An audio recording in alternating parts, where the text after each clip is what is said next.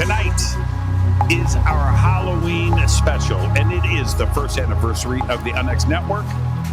Tonight, I have two co-hosts with me. I have Margie K.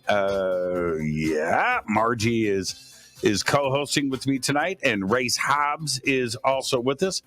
Bring them in shortly.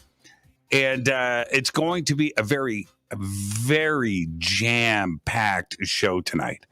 All right, so we've got lots of guests coming in. We've got lots of video clips. We're going to be doing some remote stuff. And hopefully everything will be nice and smooth. I think it will be. And if we have a hiccup or two, it's called live radio. We've got a really big week coming up here on Fade to Black. Tomorrow night, I can't believe this is actually happening. Tomorrow night, Roy Thins is going to be with us, star of The Invaders, one of the greatest alien UFO TV series of all time. And Roy is going to be right here with us tomorrow night with another very special co-host that's going to be with me tomorrow night, Don Schmidt. So tomorrow night, Roy Thins of The Invaders is going to be with us tomorrow night. Big show. And Don Schmidt. Yes. So that's tomorrow night. And then Wednesday night, Elizabeth Hoekstra is joining us. And she's got a new book coming out on grounding. I've talked a lot about grounding, and so was she. And it has absolutely occupied my nights.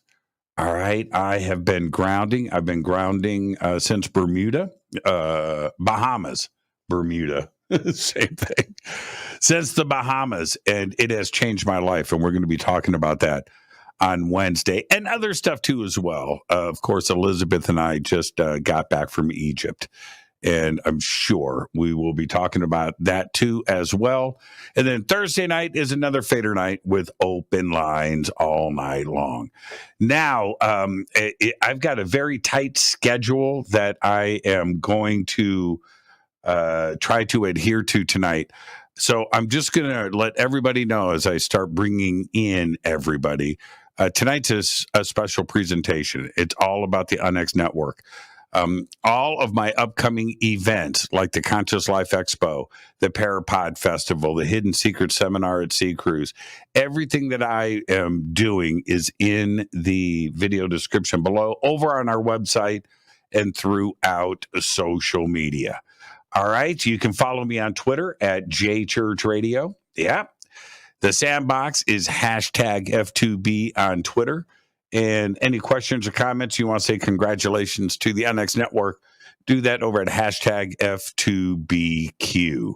All right. Now, the breaking news before I start bringing in everybody, the much anticipated UFO report did not come out today.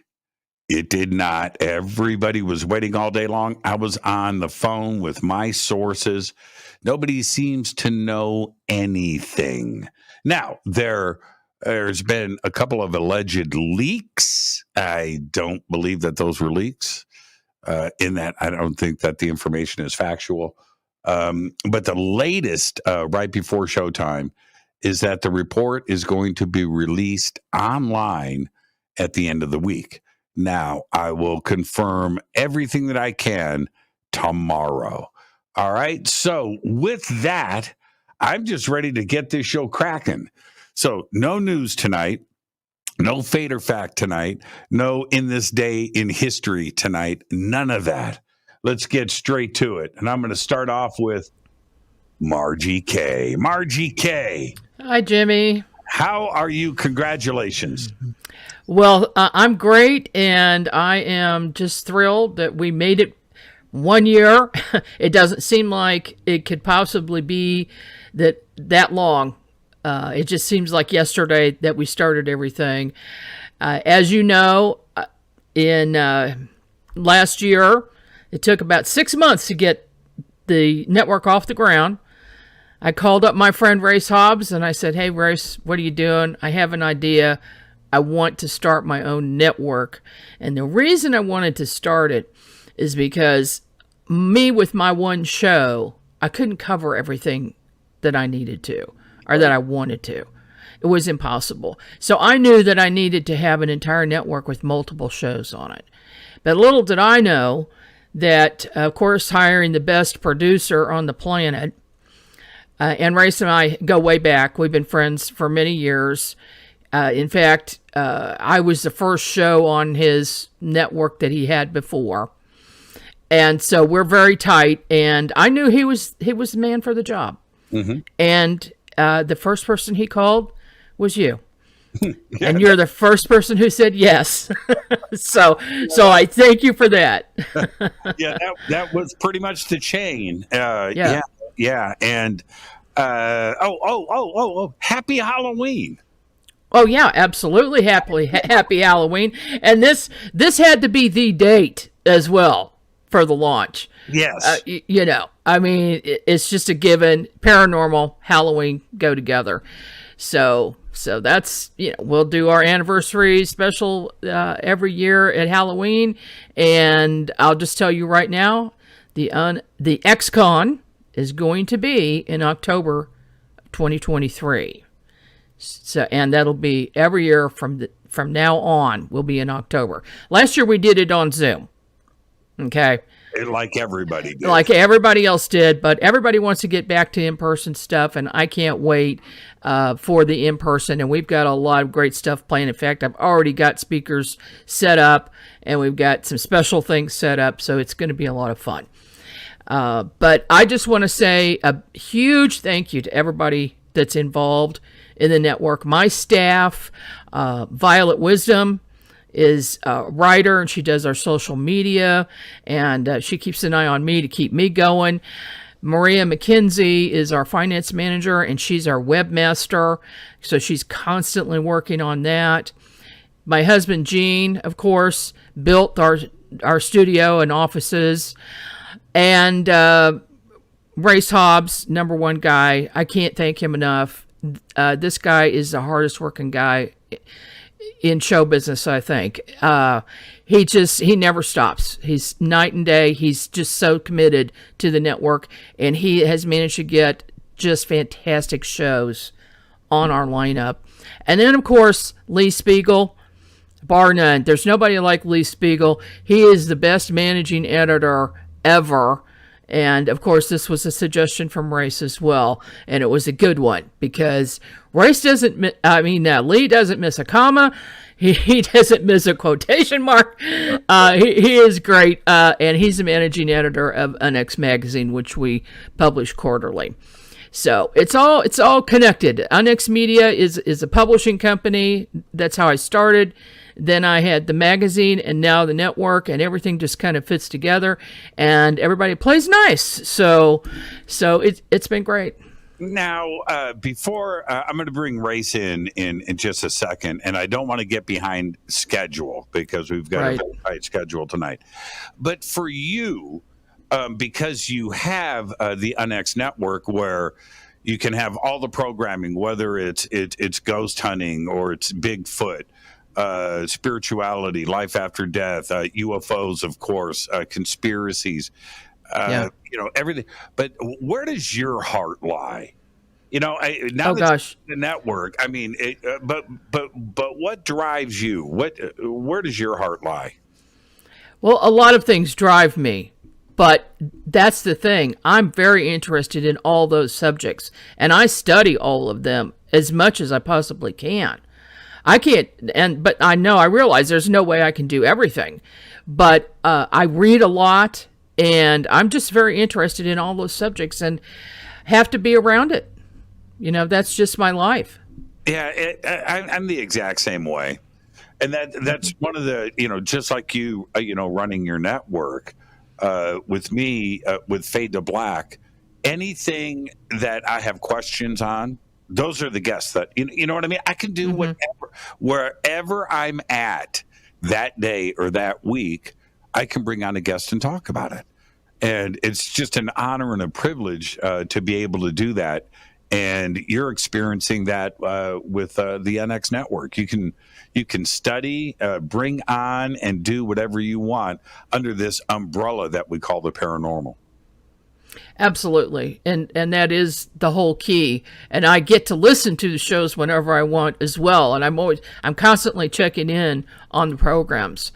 Of course, I don't get to listen to everything all the time because we have so many, but I get a chance to listen to all of them at some point. And I can't believe how well this has gone up to this point and where we are now. And we're just blowing up. I mean, it's going viral, and in a large part due to you, Jimmy. So I got to give you a big thank you for that. There's Race Hobbs. Race, how you doing, man? Happy Halloween, you two. Happy Halloween. It is so good to be here. Thank you for the kind words, Margie. Look, this is amazing. This is one of those benchmark moments for me. Where I get the opportunity to share with all of the viewers out there and all of the folks listening on all of the streams that extend out from our studios up in Kansas City and from right here in Arkansas out to the world, 125 countries around the world. Jimmy, I want to extend a huge thank you and a big virtual hug to you. Thank you, brother. Just like Margie said, the first call I made was to my brother, Jimmy. To have Jimmy Church and Fade to Black and his army of Fadernauts, and to all of you, happy Halloween to all of you. It was a no-brainer that this is what we have to have anchoring this station out of the gate. This is going to extend our growth rate, by 1,000 if we can land Jimmy Church. And you know what Jimmy said? Jimmy, I'm not gonna let you say it. I'm gonna tell everybody what you said. What did I say? You said, wherever you go, I go. That's exactly what I said. And, That's I'm having a little palpitation, bromance palpitations, brother, right now. But I just wanna to welcome everybody as well and thank everyone for being here at our 1-year anniversary Halloween / birthday party. And Jimmy, to you and to Margie, and for all of your hard work and not only tonight, but for all year long, for this entire year to grow this amazing network. Thank you. Thank you for working with me and letting me be a part of this. It's just words can't even begin to wrap around how special it is to do something that so many people appreciate, take the time out of their busy days, their exhausting days, and come hang out with us for a little while and then go away most of the time saying this was time well spent. That's right. Growing a radio station, a startup radio station and video streaming platform, from the ground up is no easy thing to do, and as all of you can imagine, and it takes a ton of hard work and dedication to all of these subjects that we cover and that we investigate and that we inquire within, to bring vetted talent and entertainment to one spot, for everybody to be able, because there is just so much of it out there. I think when Hillary Clinton's team, found out that I think UFOs were like the number 2 most searched subject on the internet, she came out and said, you know what, UFOs are something we need to look into. And it's like, ever since she did that, everything is just taken off exponentially for us. And I want to go down real quick before I run out of my time, because we've got a schedule we've got to keep and a lot of cool stuff to get to. I want to thank the shows on this network, starting with Jimmy, 4 nights a week anchoring the station.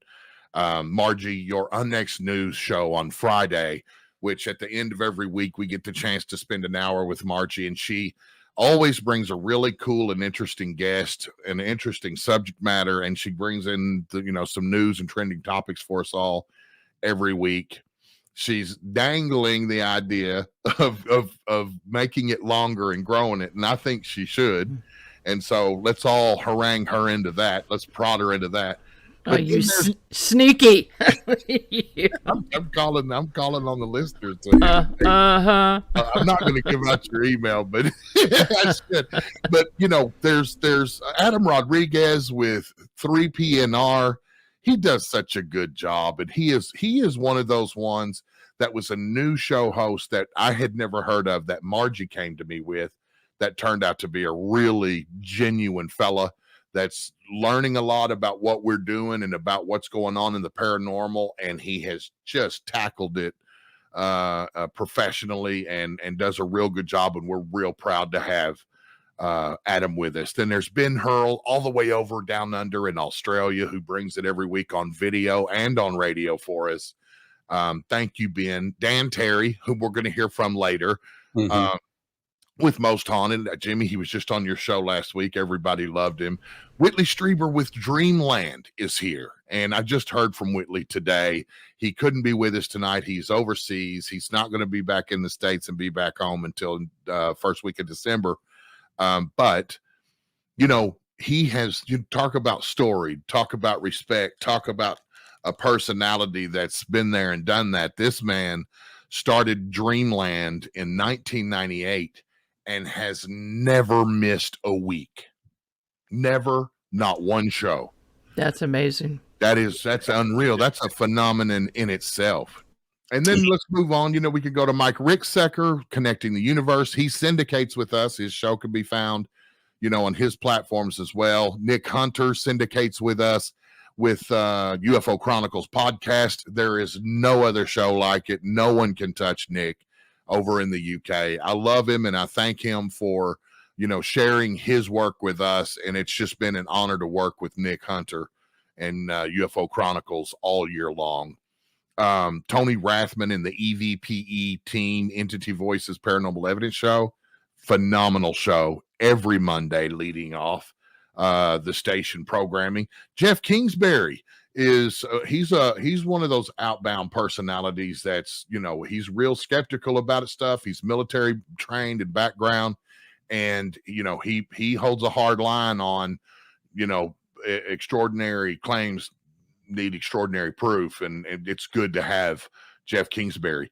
Christina Gomez, young, tenacious personality, and a very professional person that I don't think there's anybody in her generation that can equal her.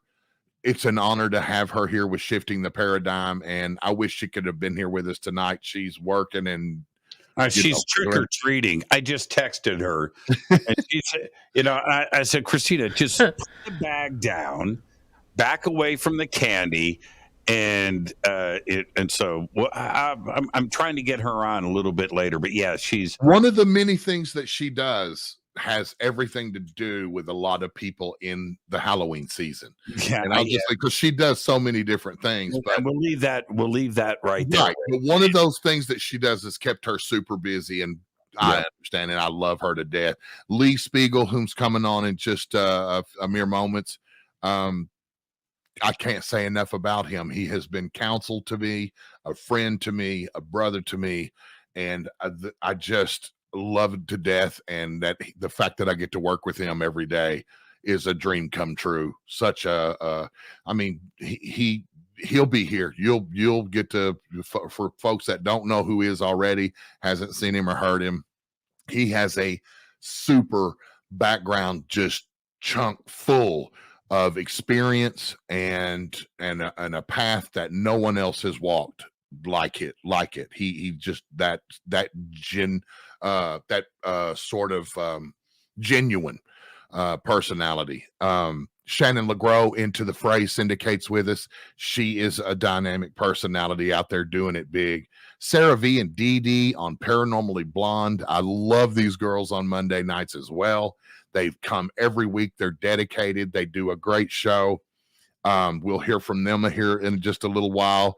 2 shows from Micah Hanks. From that, our brother Micah Hanks, he does Sasquatch Tracks with us and brings a cryptid content for us. And then he does the Micah Hanks show, which is unparalleled.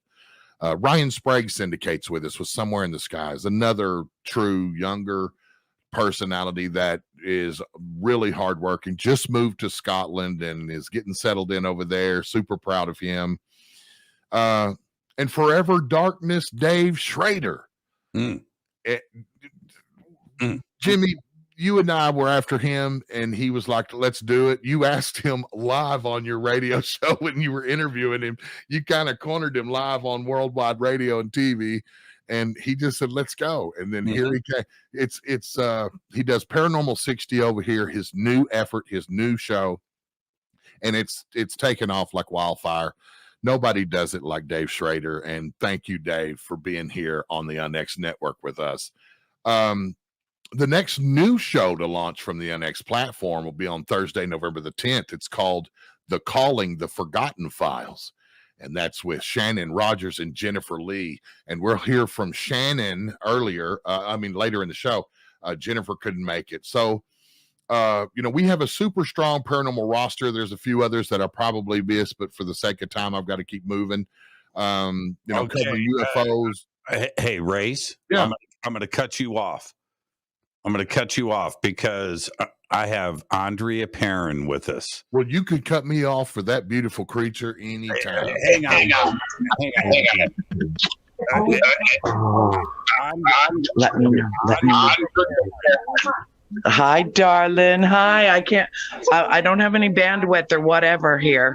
So I don't have a picture. I will call you. I'll call you. Okay. All right. Okay. Love you. Thank you. Thank you. My heart. Live Hi. Yes, I am. And unfortunately, I don't have enough signal here to show you the house and to introduce you to Jacqueline, the owner. But can you hear me okay? I hear you. Oh, thank you. I'm so glad. I only have a few minutes because we still have an ongoing event here. But to be a part of your show tonight and to actually be able to do it right from my childhood home is a pleasure and a privilege. And you're really one of the good guys, Race. And I really love you so much. And I thank you for inviting me on your show tonight. Always an honor. Sweetheart. Always is. Okay. I'm gonna do a couple of things. Let me pull right down. Andrea. Are you there, honey? I said Andrea. Okay. It's just going on. Say what? Say that again. I said Andrea with echo. Oh, I'm so sorry. I don't know what to do about that, honey. It's okay. I don't. Andrea. Yes, honey.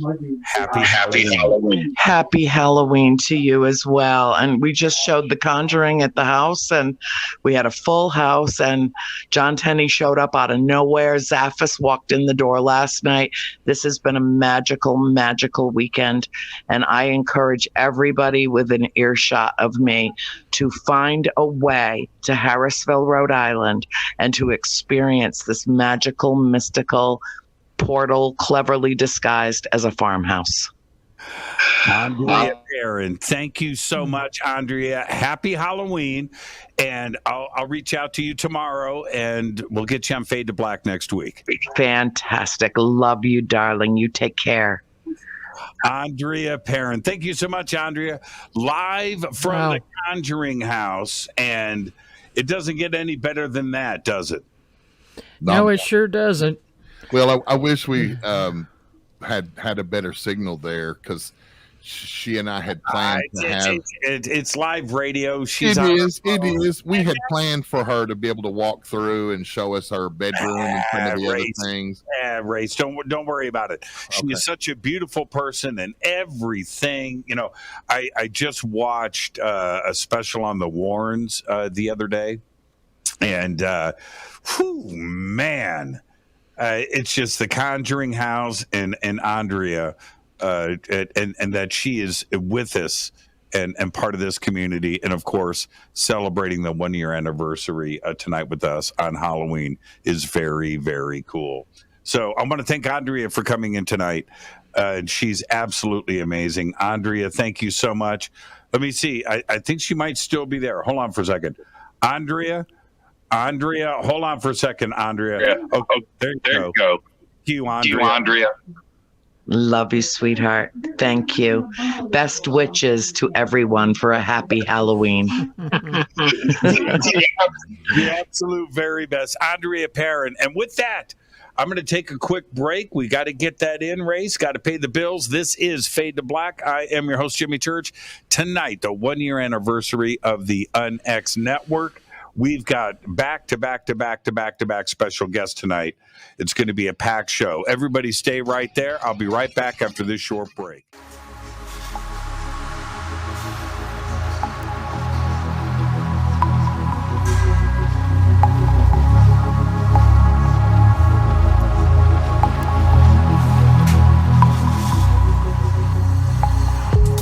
All right, welcome back. Fade to Black. I am your host, Jimmy Church.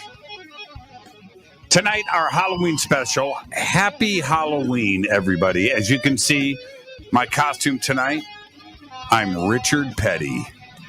That's right, number 43. There it is right there.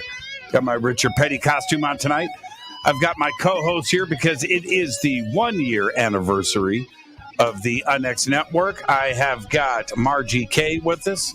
I've got Ray's Hobbs with us. It is a great evening. How cool was it, everybody, to hear from Andrea Perrin live from the Conjuring House? Race. It was pretty awesome. Yeah, I would. Yeah, I wish we could have seen a little bit more and and heard more about the Conjuring House. Yeah, it was good. It was really nice of her to take the time. Yeah, having a really busy weekend there and a super busy night, of course. They got a TV crew in there. They've got all those people in there. They got people running around, and she's the rock star. Man, that was awesome. Yeah, literally the house where she grew up. Yeah. The farm where she grew up, where it all went down, where all the books and the movies are, centered around. And we got Andrea FaceTiming us. So what's up? It's just like, man, it was awesome. It was so cool. And now we got to stay on schedule here. We got to stay on schedule. We got to bring in the man himself, Lee Spiegel. Lee, how you doing, my brother? Hello, happy Halloween, Jimmy, Margie, Race. Wow. Hi, Lee. It's the first time we've all been together in one place. It is. Yeah, I guess so. Is that right? Well, you and I were just doing this, about a week ago on your show, Jimmy? Yeah, but I think you're right. I don't know if the four of us have ever been at the same place at the same time. Yeah, that's pretty cool. Oh. Wow. And, well, we'll do it again in a year for sure. I can guarantee that. I'm actually talking to your niece in the Fade to Black chat room on YouTube. That would be Tanya. Tanya, yeah, she's she came and chimed in and told me that she was your niece. She and her husband Dwight, living in New Hampshire, they're ghost hunters sleuthing all the haunted places in and around New England. Oh, how cool! So I said you ought to check out this show tonight. Oh, awesome!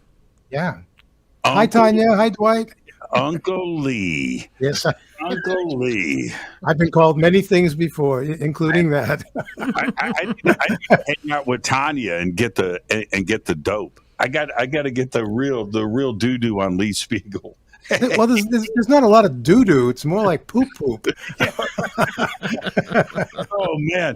So Lee, I'm going to speak for Margie and Race, if I may, for a second, and say thank you for being a part of the team. But it was a really big deal to all of us to reach out to you and to have you say, you know what, let's do this. It was a big deal for all of us, and I want to thank you for accepting the challenge. Well, it didn't actually seem like a challenge to me. Being with all of you, being with the network, all the other hosts, being talk about a dream job. When Margie offered me the position of being the managing editor for the Unex magazine, this was for me. It was like walking into a 24-hour paranormal candy store. I mean, Yeah. yeah, You get to see it all. Well, it's been an amazing experience. Because I have prior experience of editing things when I had 7 years of writing and editing for the Huffington Post. And that's where I kind of learned all of my copywriting and writing licks. And then when you decided that you wanted me to be a partner in crime with you doing the magazine, I said, yes, I couldn't pass that up. And all the issues, I almost wish that they were monthly instead of quarterly, because but I know the work that goes into it. I know how much work you put into it. Yeah, Lee, we have such a tight schedule tonight, right? But I want a quick answer out of you. Okay.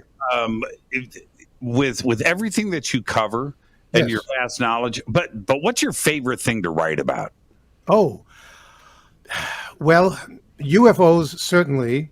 If it has an edge to it, it has to have a real edge, because I'm not happy talking about, even on my own show. I don't really like doing shows where it's the same old stuff. Oh, what did the politicians say this week? What's the military trying to, sweep under the rug this week? I don't care about that kind of thing anymore. I'd much rather get to the simple nitty-gritty of UFOs, because there's always a story there. There's always something there. And despite the proclamations of the hard-nosed skeptics and the debunkers, they're not looking into this. They're not doing any real hard investigative work. And you can almost tell when you hear them trying to explain things away that shouldn't be explained away. And I lately I've been on kind of the warpath about a variety of people who, the policymakers. My attitude is, who's in charge here anyway? Right. I mean, who's running the UFO show? And I remind people, this is not just an American issue. This is global. We need to remember that. And it's not a new thing. This has been going on. Hell, the United States Air Force told their cadets in 1968 in an academy textbook, Introductory Space Science, part of the physics curriculum for our future leaders in the Air Force. And they were telling the Air Force cadets, for their eyes only, available evidence seems to indicate humans and extraterrestrials, or at the very least UFOs, have been interacting with each other for almost, and here it comes, 50,000 years. I mean, really, why would the Air Force want to tell their cadets anything like that? And then about a year later, close down their Project Blue Book completely. Here's the thing, though. Here's the thing. Lee was alive back then to see all of that 50,000. He had a camera. Hey, Lee, seriously, thank you for everything. Later on this week, the new UFO report is going to be released. I would like to get you back on the Fade to Black as soon as possible, so we can address that directly. But on behalf of the community, Race and Margie, thank you for being a part of the team, my friend. Thank you for inviting me to be part of the team. Thank you so much, Lee. Love all of you guys. Thank you so much. Lee Spiegel, everybody. Thank you, Lee. And now I've got a special guest in the green room. Before we get to, should I say he or she? I don't want to tip. I don't want to tip the hat. So before we get to that, I've got a clip from Paranormally Blonde. Race, I'm going to run this really quick. Here we go. All right, ladies and gentlemen, we're here with the blondes, the Paranormally Blondes. Let's bring them in and let's talk to them about their experience here on the X. Sarah, DD, it's great to have you two here. Thanks for joining us tonight on Halloween. Well, thanks for having us. Yes. Yeah, absolutely. You know, we have a lot of fun on Monday nights. You know, the Monday nights working with you ladies it's a joy. You have been so consistent. I've worked with a lot of shows that, when they come, they're, they'll do 3 shows, they take a break or they'll miss one or whatever. And it happens from time to time, but you ladies have been so consistent, which is really important when it comes to growth. When you're trying to build something, you need to stay at it. But for a Monday, I tell people all the time, my Mondays are great at work. People are like, Monday, oh my God. And I don't regret it a bit, because when the sun goes down, the lights come on and the Paranormally Blondes are here, and it's always a good time. I want to thank you, for all of us here at the Unexplained Network, for making the decision when I offered it to you to come over and hang out with us here at the X. It's been a pleasure working with you ladies all year, and tell the viewers and the listeners a little bit about, what you guys do and what you got going on. Well, first, it's been so awesome to join the network, to the Unex family. I think for us, we're consistent, and it's so much more than just being consistent, because it's what you need for growth. It truly is something we enjoy doing. We always say it's our little escape, and it's been fun to share that escape with everybody on the Unex. We are 2 very different investigators, and, we're friends, and we do very different things, and we love meeting every single person. Not just, paranormal is, I think, so much, it's so little about the dead and so much more about the living. And it's been so interesting to meet all those living people. I like that. That was really cool. And you're right. Your passion, the passion that you 2 have for what you're doing, that's the magic of the show. I hope so. I mean, what do you think, Dee Dee? I mean, I agree. I mean, we do. We've been working together for 3 years, and I'm always excited when I get to talk to Sarah and share. I mean, you're one of the first people, anything that goes on, I'm going to send you a message, So, I mean, we've developed a friendship, and now we've got race, and I've met so many people, and I actually wrote an article for the magazine, and that was all because of, being pushed to try and do that. And it really brought out a whole new piece of myself that I'm really excited about. And I never would have done that if I hadn't been here with the network. So, well, I'm going to tell you, you did a fantastic job. Look, thank you. I didn't, I've had dreams just like everybody else. There was a period in my life where they stopped, and then they picked back up just recently. And so now that they're back, and I've never thought I would get them back, but now that they're back, that article slammed into my head hard, boy, because there's so many aspects to analyzing all of the components and the elements of a dream. So, folks, if you get the chance, go over to unexnetwork.com. You can get a free subscription. That ding was right on time. Right on time. Go over there to the network. You could get a free copy of the X. Dee Dee, you did a wonderful job, and I hope that you'll contribute more in the future, because the managing editor was really smitten by you. He thought that you did a really good job. Oh, that's wonderful. Thank you. I love that. Yeah. Well, I mean, that was really a high compliment, that you just gave us, and I appreciate that, because I'm the program director and producer and engineer. Like, there's so much more to the Unex Network. I mean, it's a media company. There's a lot to it. And I love Kansas City, because like all roads lead to Kansas City, right? So home office is up there, and we look forward to the XCon 2023. See, we did it virtually this year because of, of course, the pandemic. So hopefully next year, if we haven't blown ourselves all up before then, we will all be able to come together in person and hang out and break bread together, and complete this companionship that we have. Because I just love Paranormally Blondes on Monday night. You guys do a great job. Tell the folks a little bit about the content that you guys bring.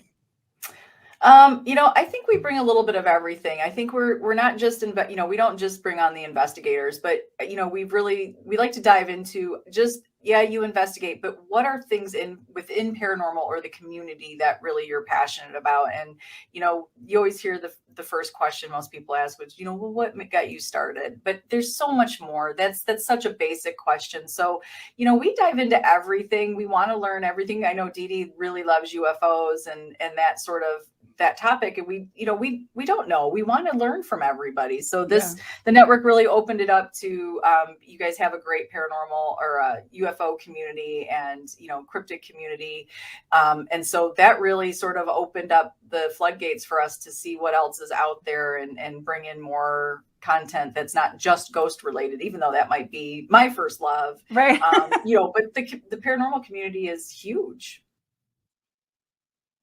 Now, we'll watch. We'll continue with Paranormally Blonde, Sarah and Dee Dee in just a bit. But right now, Race, very special guest I want to bring in. I do. And it, because this is Fade to Black, I'm going to say, what's up, James Fox? How you doing, my man? You guys just sprung that on me. I was watching right now. This is what I'm going to do. I was trying to get you with your finger in your nose or something, James, but a second earlier, you would have nailed it. James Fox, congratulations and welcome here with all of us from the UNX Network. Of course, Margie is with us and Race is with us. Congratulations on the success of Moment of Contact. Sensational film. Thank you, guys. It's been a long slog. I'll bet. Oh, my Lord. It's kind of funny. Margie and Race, I don't know if you're aware of this, but just last week, James and I were hanging out here in Los Angeles for the premiere, and that was just incredible, man. And it must have made you feel so good, James. It was so fun. It's the first time I've had a premiere, and I've been making documentaries for almost 30 years, and so it was a special night. We had a lot of fun. I'm trying to remember, Jimmy, did you come to the after party? I did a drive-by. Don't throw me under the bus on live radio. Don't throw me under the bus. He did that on purpose, man.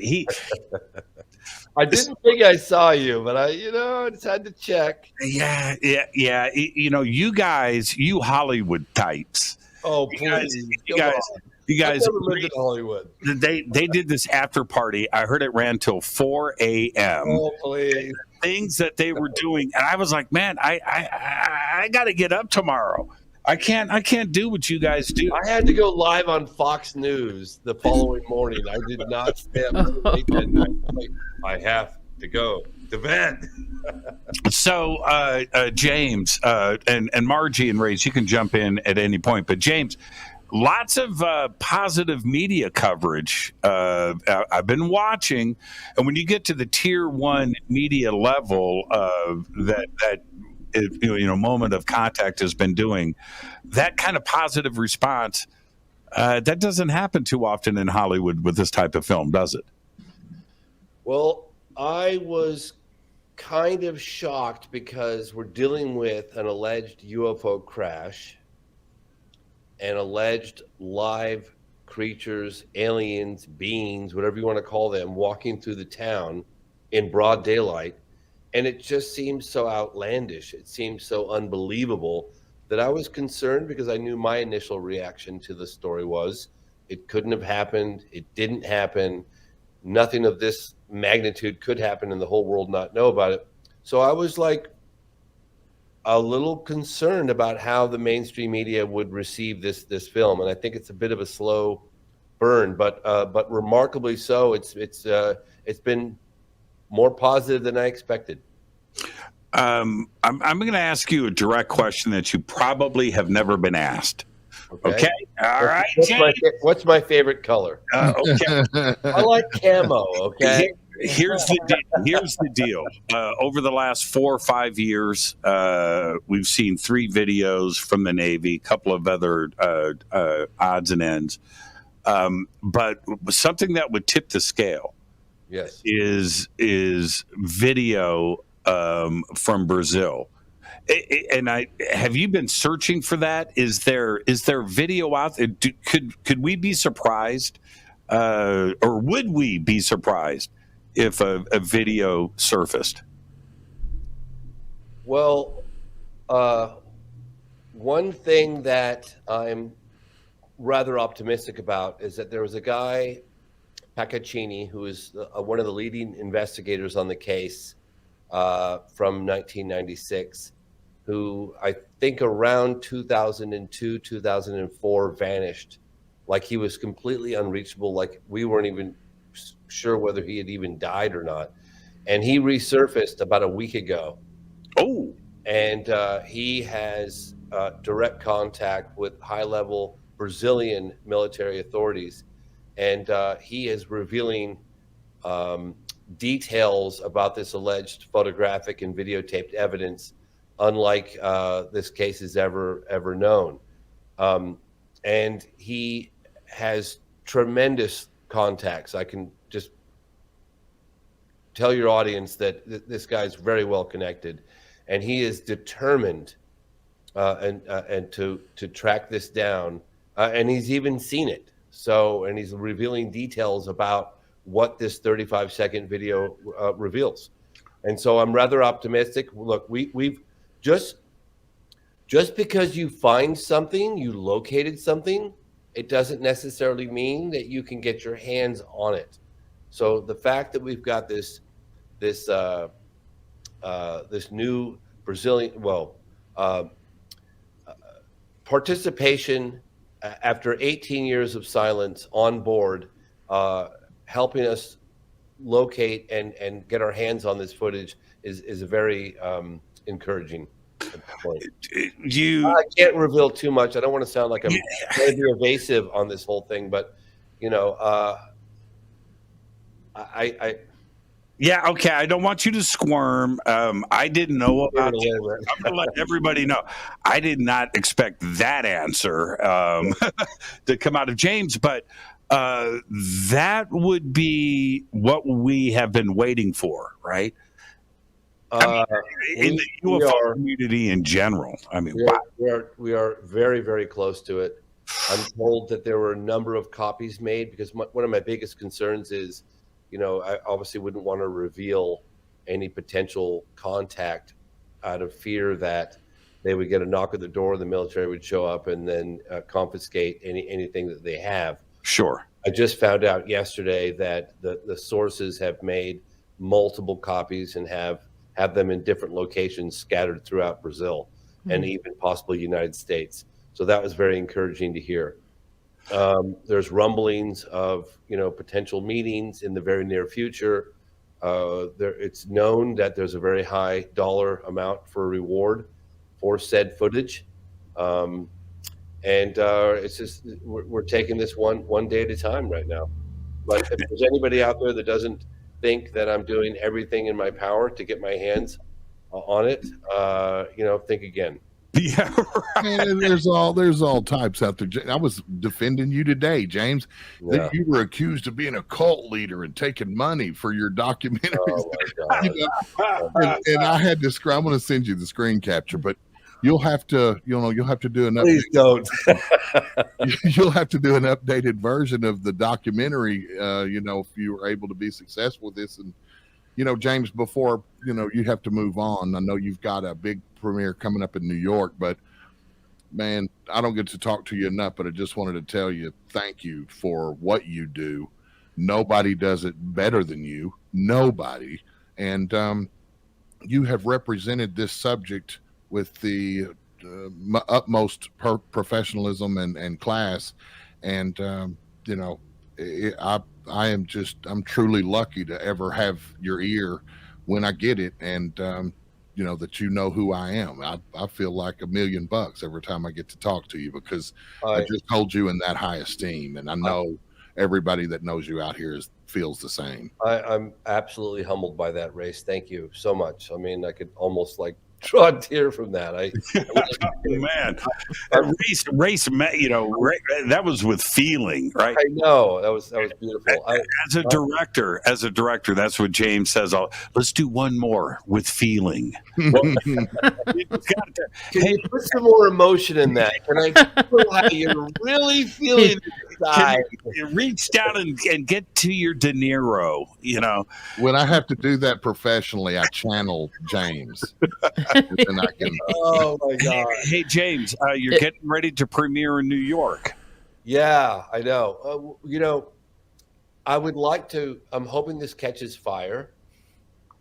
I would like to go to Texas. We did something in Arizona, do something all across the United States of America. I've been talking with these executives at Regal. I'm doing the best I can independently with very little resources for whatever. The distribution company got acquired by another company, and they don't really know this genre very well or how well these things generally perform. So it's been a bit of an uphill battle, but I'm trying to do premieres not just on the East Coast, not just on the West Coast, but throughout all of America. So that's my goal, and you got to start somewhere. The Heartland would appreciate that. Well, James, thank you for being our surprise guest on the show tonight. And I would love to get you in Kansas City to do a premiere. I would. We're going to have to talk. I talked to the guys at Regal, and it's really funny because he goes, well, I don't know if anyone's interested in this UFO stuff. We're highly dubious about this. And I think you're underestimating the potential of, this genre, and just please bear with me. And so we kind of proved it on the LA premiere. Hopefully we're going to prove it again on the New York premiere, and then possibly scattered throughout all of the Heartland. That's my goal. And that would be Kansas City next. James. Oh, yeah. Thank you so much, my friend. And again, congratulations. Thank you, guys. I really appreciate it. We're trying. And to everybody out there, James will be on Thursday night with Lee Spiegel. I want to thank Lee Spiegel for helping us get James on tonight. He'll be on Lee's show Thursday night, and then on Margie's show on Friday night. So on the 11th. It's James Fox week. Yay. On the 8th. James Fox week. James, congratulations, my friend. Behave, get some rest, and keep rolling that rock uphill. Thank you guys so much. I really appreciate all your support and enthusiasm. It really means the world to me. I can't overstate that. James, happy Halloween, brother. Happy Halloween, James. Right back at you. James Fox, thank you so much, my friend. This is Fade to Black. This is our Halloween special, but it's also the first anniversary of the Unex Network with my co-host, Margie K. Race Hobbs. I am Jimmy Church. This is Fade to Black. We'll be right back after this short break. We've got lots more coming. Stay with us.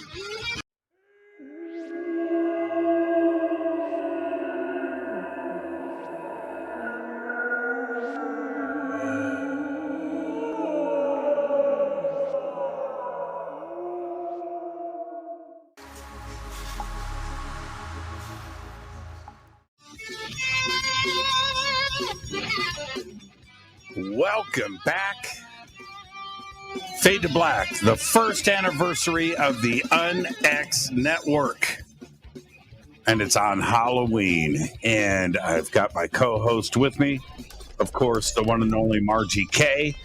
And Race Hobbs. And Race, everybody wants to know, what's your Halloween costume? I'm not. And hold on. Remember, Margie, you cannot type when you have a live mic. Yes, I know. Yeah, this is how loud that was. No way. Yeah. I thought I was on mute. It's live radio. All right. I just got to. Wow, man, I'm feeling strange. That I just told Mark she can't type live during the show. All right. This is Fade to Black. I am your host, Jimmy Church. Now, it is Halloween. I want to thank everybody for hanging out with us tonight. We just had James Fox on. We had Lee Spiegel on. I had to interrupt the Paranormally Blonde video, but we'll squeeze that in later on tonight. I've got two other unannounced special guests that Margie and Race don't know about too as well, and that'll be happening. But it is Halloween, Margie. See, you're muted, Marge. Now you're muted. No. You know, I drove 8 hours today and I just did a long paranormal conference. I'm not all here. Okay, but I would expect nothing less, Jimmy, than for you to have a couple of guests show up that I don't know anything about. Yeah.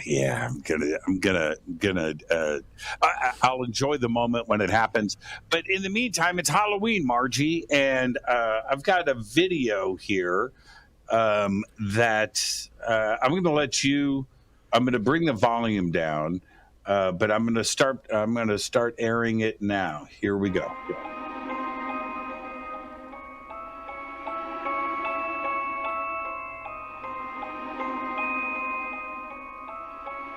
Okay, let's stop this right here. The Haunted Vale. Tell us about the Vale Mansion. Okay, this is a very famous place in Independence, Missouri, which, in case you don't know where that is, that's right next to Kansas City. We border with Kansas City. It's where Harry Truman was born. And this place is just fantastic. I would just raise the volume and let people listen to the narrative. Here we go. Businessman Harvey M. Vale and his wife Sophia. It is a beautiful example of Second Empire architecture. The house was listed on the National Register of Historic Places in 1969 and designated locally in 2002. It is open to the public as a museum. It features 31 rooms with 14 feet high ceilings, and amenities original to the house include speaking tubes, gasoliers, indoor running hot and cold water, and flush toilets. The Vale Mansion was the first house in Jackson County with indoor plumbing. The mansion is located on a 630-acre estate originally, but now reduced to a mere 5.6 acres, which included a vineyard and orchard. Vale was an attorney who built his wealth by investing in several business ventures, primarily interests in the construction of the Erie Canal. He was also part owner and operator of Star Mail routes with rights for the route to Santa Fe. Vale was a prominent figure. The mansion became the showplace of Jackson County and offered lavish hospitality to notables of the 1880s and 1890s, including many U.S. senators and congressional representatives. In the early 1880s, Vale was involved in the Star Route scandal. Charged with defrauding the government, he faced 2 trials in 1882 and 1883. Both of them ended in a not guilty verdict.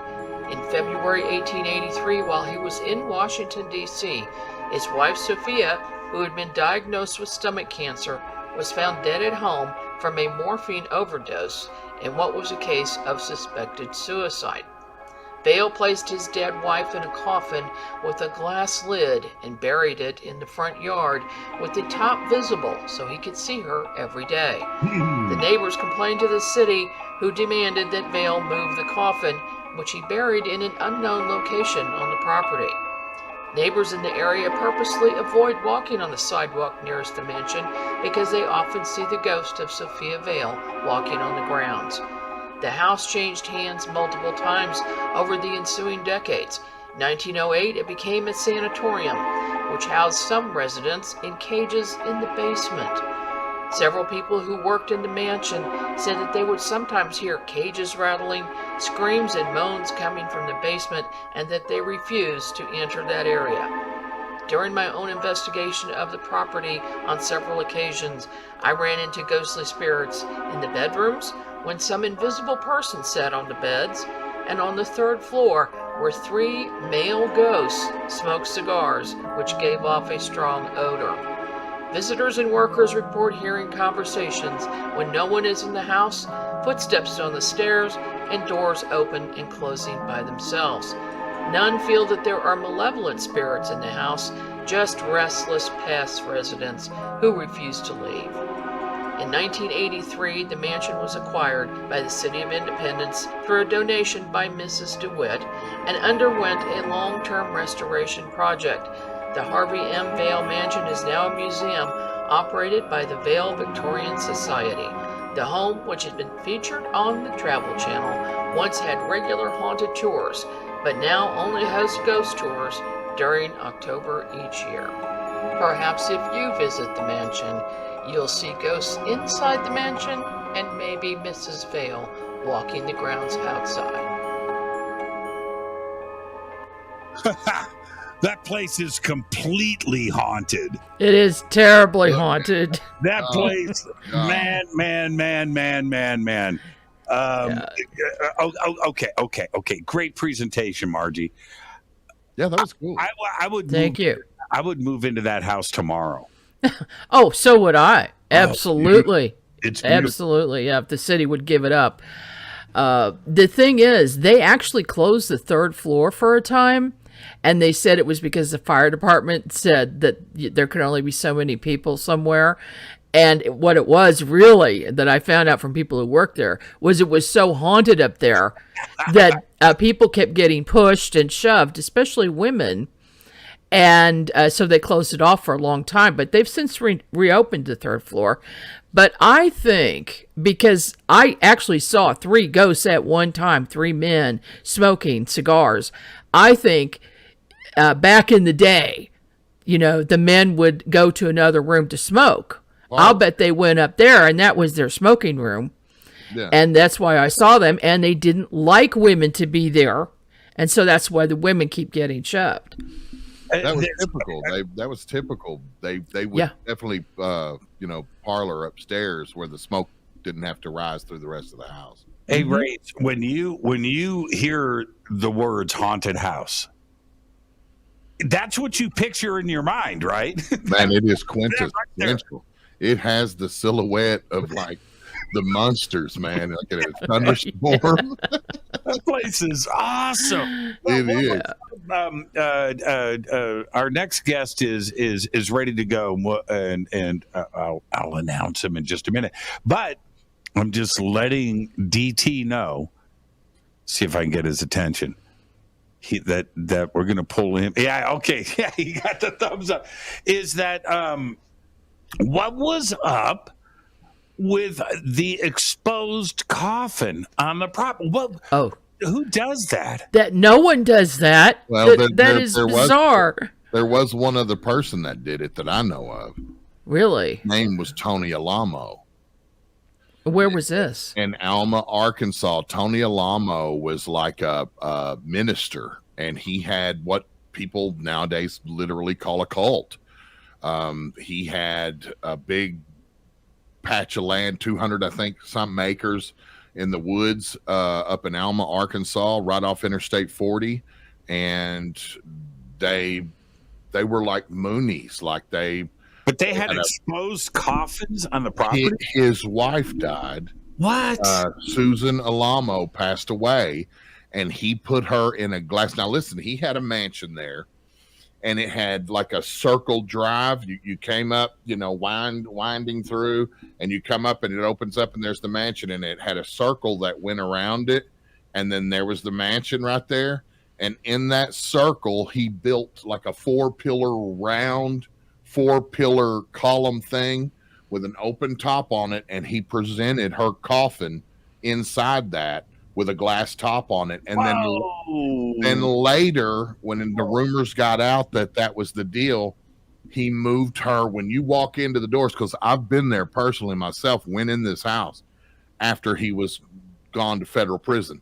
But literally, when you open the 2 big front doors, right there in the foyer, he had marble imported from Egypt or Africa over there, and this whole thing was so ornately done. But he had this presentation platform right there in the middle.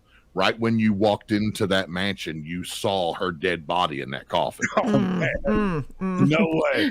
Oh man, no way! All right. It is Halloween, And we can't do Halloween without a glass top coffin dead wife story. But And Scott. yeah, so there we And we got two. yeah, we got two. Now I'm bringing in Dan Terry. Dan, All right. Good evening, boys and ghouls. How are we? happy It's the Halloween. ghost host with the most haunted. Yes, he is.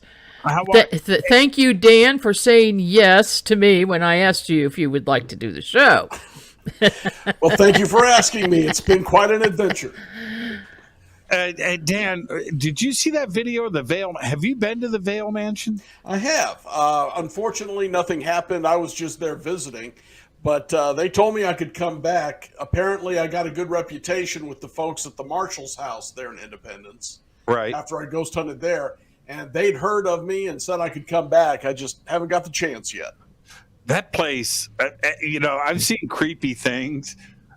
Of course, Margie's narration with the spooky music doesn't help, but that place is haunted, man. That mansion house.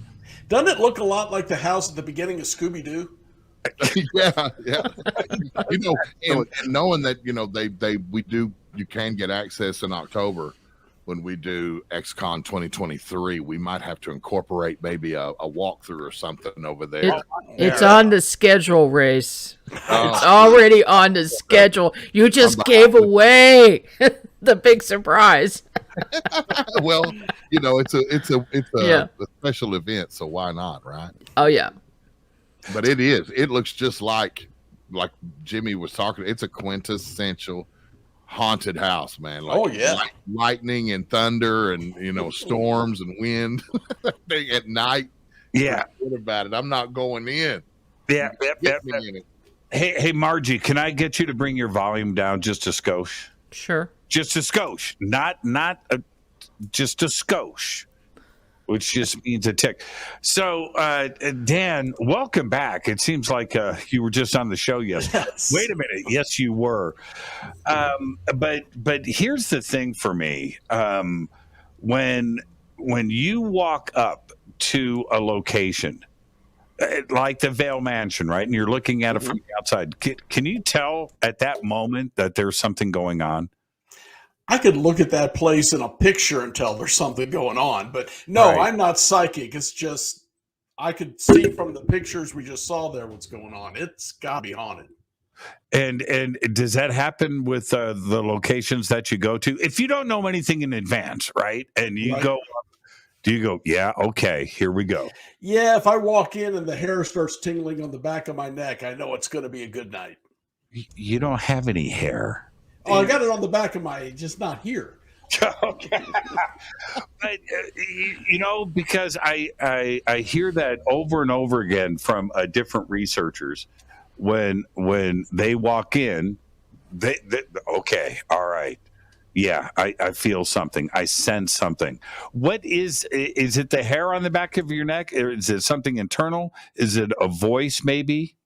That's just me. I am not psychic at all, but if the hair's tingling on the back of my neck, there's something close. That may be a holdover from caveman days when, we needed something to alert you to danger. It's your spidey sense. Right. I hesitate to call it that, but yeah, basically. I want to thank you, Dan, not only for the great show that you did on Fade to Black last week, but what you have brought to the Unex Network and on behalf of Margie and Race, just thank you for your hard work and your Most Haunted is just a great program. Thank you. Well, thanks. And thanks for putting me on Fade to Black. I had a great host, so I couldn't help but look good. You know what? I'm going to say that Margie knows, Race definitely knows this. Hosting is one thing. It's when you have a great guest that I am able to be a host. And that is no joke. That is no joke. Yeah, you're absolutely right. I heard you on the old Coast to Coast and our Art Bell's old show, and you could get a turnip to speak. Come on.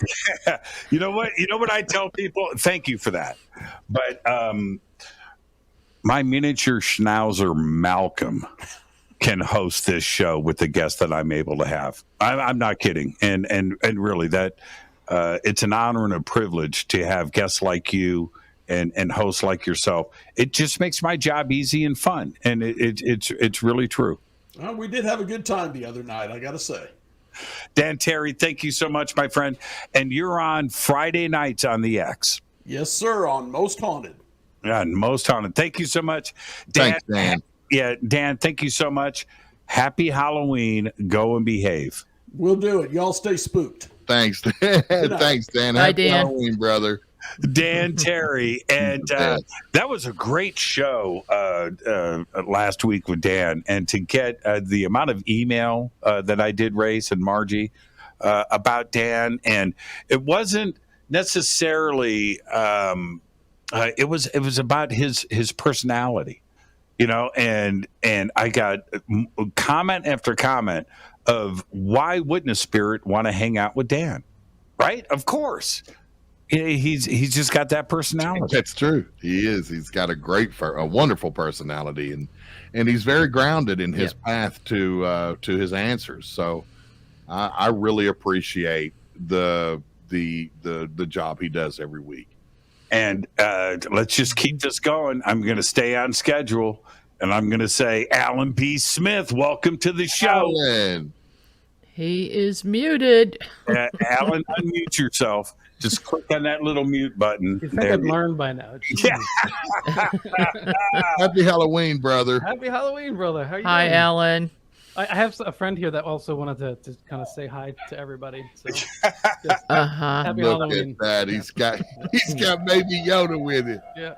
Well, he's been on this thing looking for dilithium crystals, and I'm like, no, dilithium crystals are Star Trek.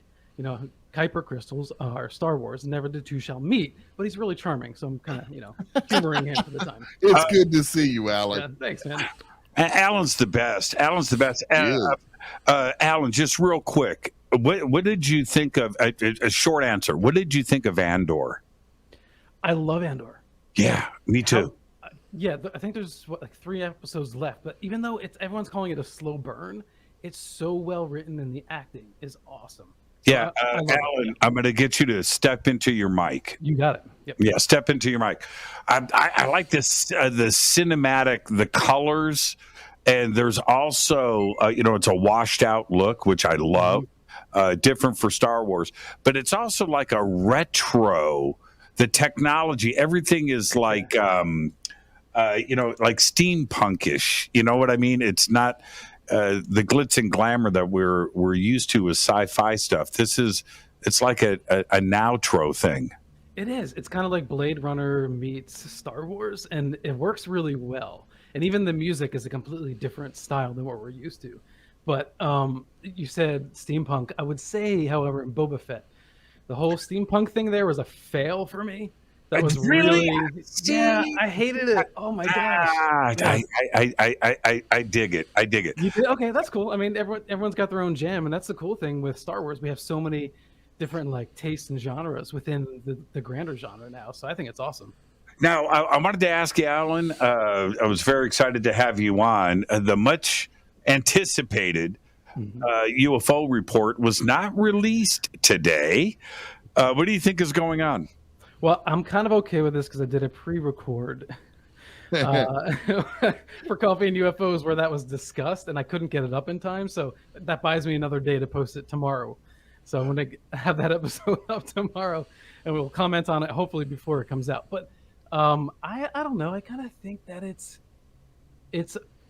might be a good sign, because if it was something really easy, they can just schedule, rush, pump it out, move on to the next thing. This tells me that, well, one, there's a lot going on with Ukraine, which certainly, affects the speed at which the committee, their attention span and focus is spread thin right now. But I think that they're doing this calculatedly. So I'm in the camp that this is going slow and steady, and I wasn't PO'd at the last one because we didn't get everything that we wanted. There were some hints. There was a little bit of progress, and I mean that's how I see any kind of disclosure / just soft disclosure going. They're not going to just come out with everything all at once and line up all the witnesses and say, "Here it is, folks." So I think we're making progress, and so hopefully we'll get it within a day or two. There's a big rumor, and Race, you can jump in too. Or we can talk about this later, Race.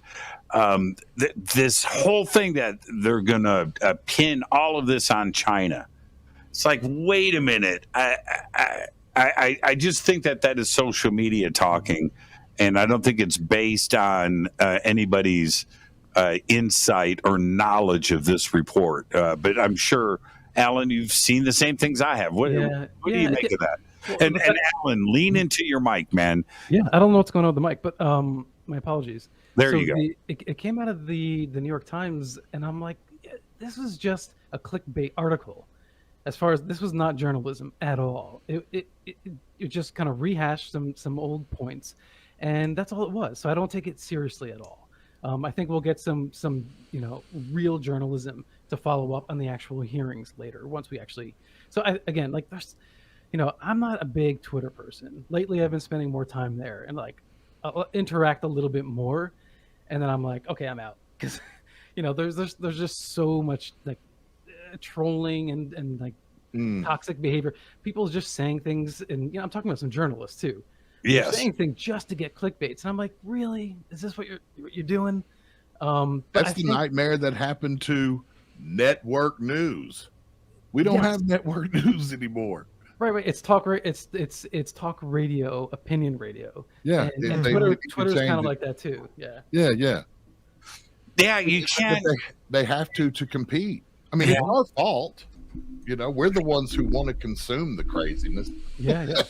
Well, here's I'll state the fact though. Here's the fact. The fact is, anybody on Twitter that says they know something about this report, they're lying.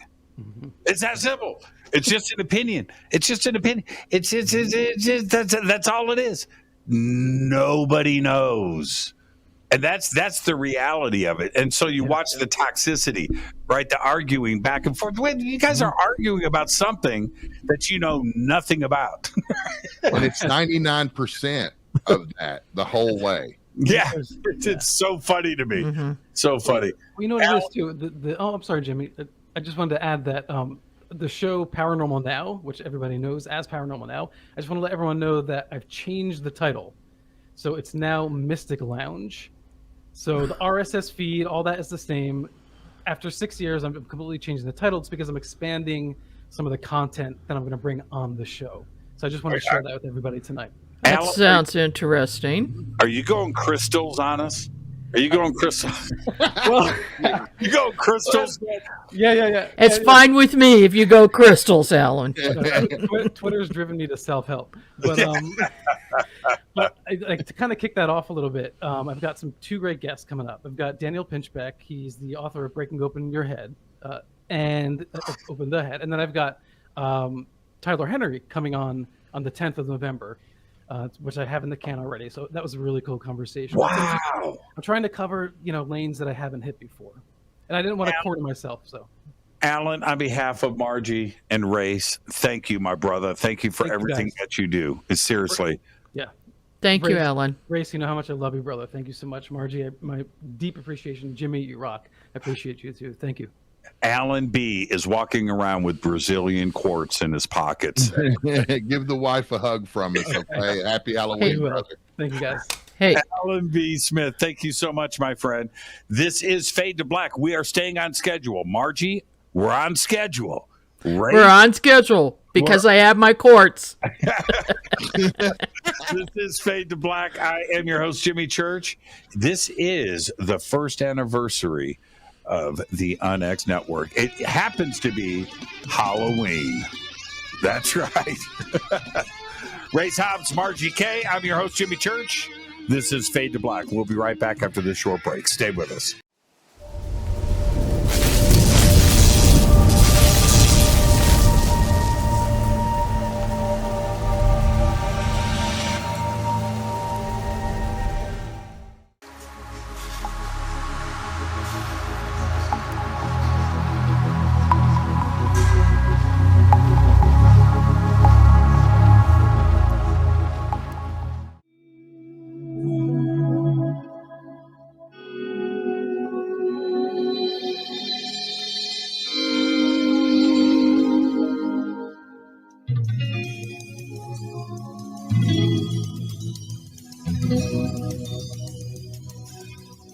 Welcome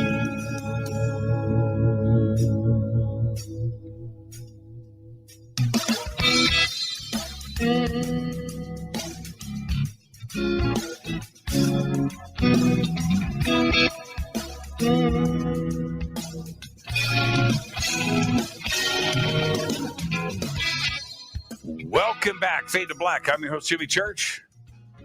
Happy Halloween, everybody. Happy Halloween. It is the first anniversary of the Unex Network. I can't believe it's been a year. I just can't believe it. And my co-host tonight, Margie K and Ray's Hobbs. We've said it 1,000 times. I can't believe it's been a year. It just raced by us, no pun intended, like we were standing still. Yeah, it sure did. It's been an amazing year. Jimmy said no pun intended. Uh-huh. It raced by. It just raced by. Pew, pew, pew, pew. Yeah. Great show tonight, and just thinking about having Lee Spiegel on and James Fox and Andrea Perrin doing drive-bys, and we've got a couple of other really cool things that are going to happen tonight. But it is Halloween, and we got to do Halloween with this next guy, Tony Rathman, in the house. Tony, welcome, man. Thank you for everything, my brother. No, it's a pleasure to be here, Jimmy, and thanks to Race and Margie. And, it's been just absolutely spectacular on the NX Network, and my absolute appreciation to each and every one of you. I want to take this moment because it is Halloween, and I want I'm going to go around the room here, and I want everybody to tell a ghost story. I'm going to start this off, okay? And let's do this. I was 5 years old. And we drive to Michigan, literally station wagon, 5 kids, mom and dad in the front driving. We drive from Chicago to Michigan. And can we mute somebody who's got the loud mic with the car in the background? Somebody here has got a car in the background. Okay, so we drive to Michigan. We go to my grandparents' house. And I'm sitting in the living room. Now, my grandparents' house was probably at that time 150 years old in Holly, Michigan, probably the oldest house in town. So anyway, I'm sitting in the living room and watching TV with my grandfather.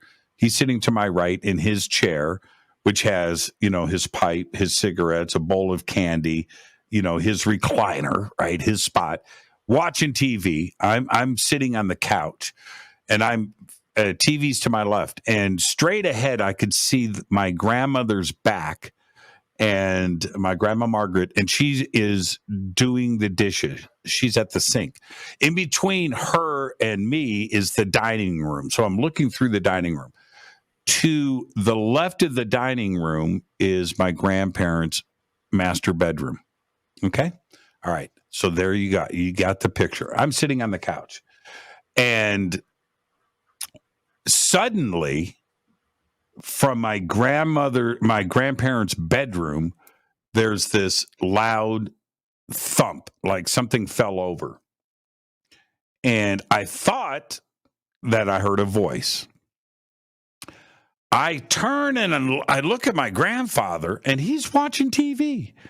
And I'm like, what? Right? And my grandmother from the kitchen on the other side of the house with her back to me goes, "That's our ghost." I'm sitting on the couch. I'm 5 years old. Like, what? Right? And my grandfather doesn't skip a beat, and he's just watching TV.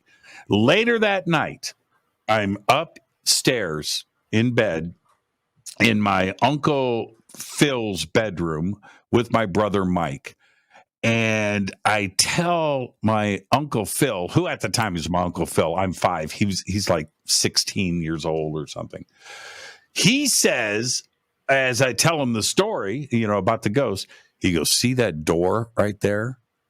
And I look, and there's this little attic door. It's like this big, just a small 3 foot by 3 foot. He goes, "That's where he lives."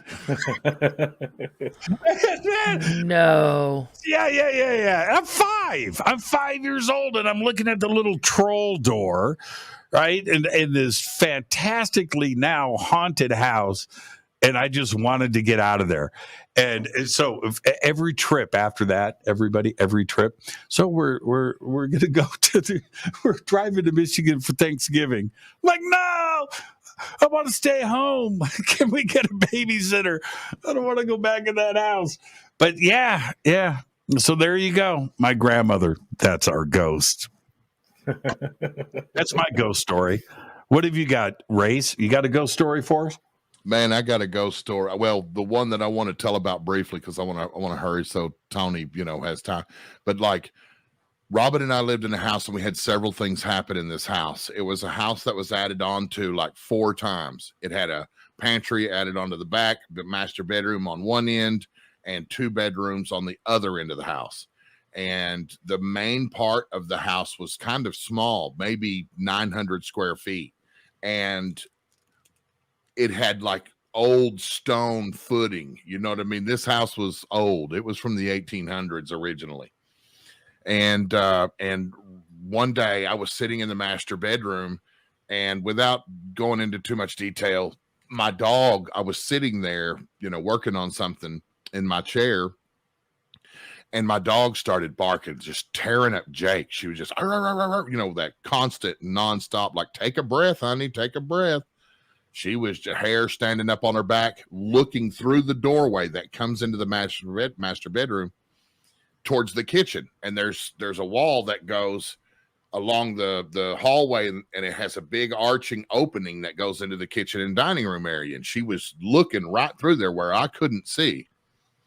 And I honestly thought that someone had come into the house through the back door. I thought that through the pantry and the laundry room in the back. So I got my pistol, and I jacked the shell in the chamber, and I stood up, and I started to go around, to my left and over top of her, which she's standing there still going. And I'm going around, and I'm going around, and I'm ready to pop the first thing I see. And I keep going, and there's nothing within my view. So I had to move forward. I had to clear that door and then move through that clearing, because you could go back to the left. But as I got through that door, I noticed on the kitchen countertop, there was a full looking bag of sugar that had just kind of rocked and stopped on the countertop. And so I was like, what? This SOB's in the kitchen, right, making a sandwich or something. So I go around the refrigerator, big fridge, double door refrigerator there, and I'm like, I put my gun in, there's nothing there. I go into the pantry in the laundry room, there's no one there. The back door was locked, it was chained, no one was there. And that's when it hit me that I went to that bag of sugar, and it was empty. But looking at it, it looked puffed out, like it was full and open on the top. Like you just opened it up, was getting ready to dump it, say, in a decanter, which is what I had just done earlier that day. And you can ask Robin, I'm really stupid about trash. Like, I'll fold trash up and put it inside of trash, and like I'll put all like Q-tips will go into bottles. You know what I mean? I'm real weird like that. And I had folded that empty bag up like an envelope size, and I put it right down in the top of the trash and put the lid back down at the end of the counter. And so something in that room that my dog could see, sense, or smell got that out of the trash, and it was like they just just blew it up, back open, and set it on the counter. And when I came around that corner, it's like they just let it go and it just kind of rocked and stopped. And the hair on my back right now, which man, is standing up on me right now, because I can see it. I can feel I can hear Cheyenne barking. I was. So wait. Let me jump in. Are you saying that you had already put the sugar in the counter? You folded it up, put it in the trash. That was earlier in the day. Hours before. Now your dog is barking. You chamber around. You go in there, and that sugar bag that was in the trash is now on the counter wiggling, and it's fully like inflated, like it's full of sugar.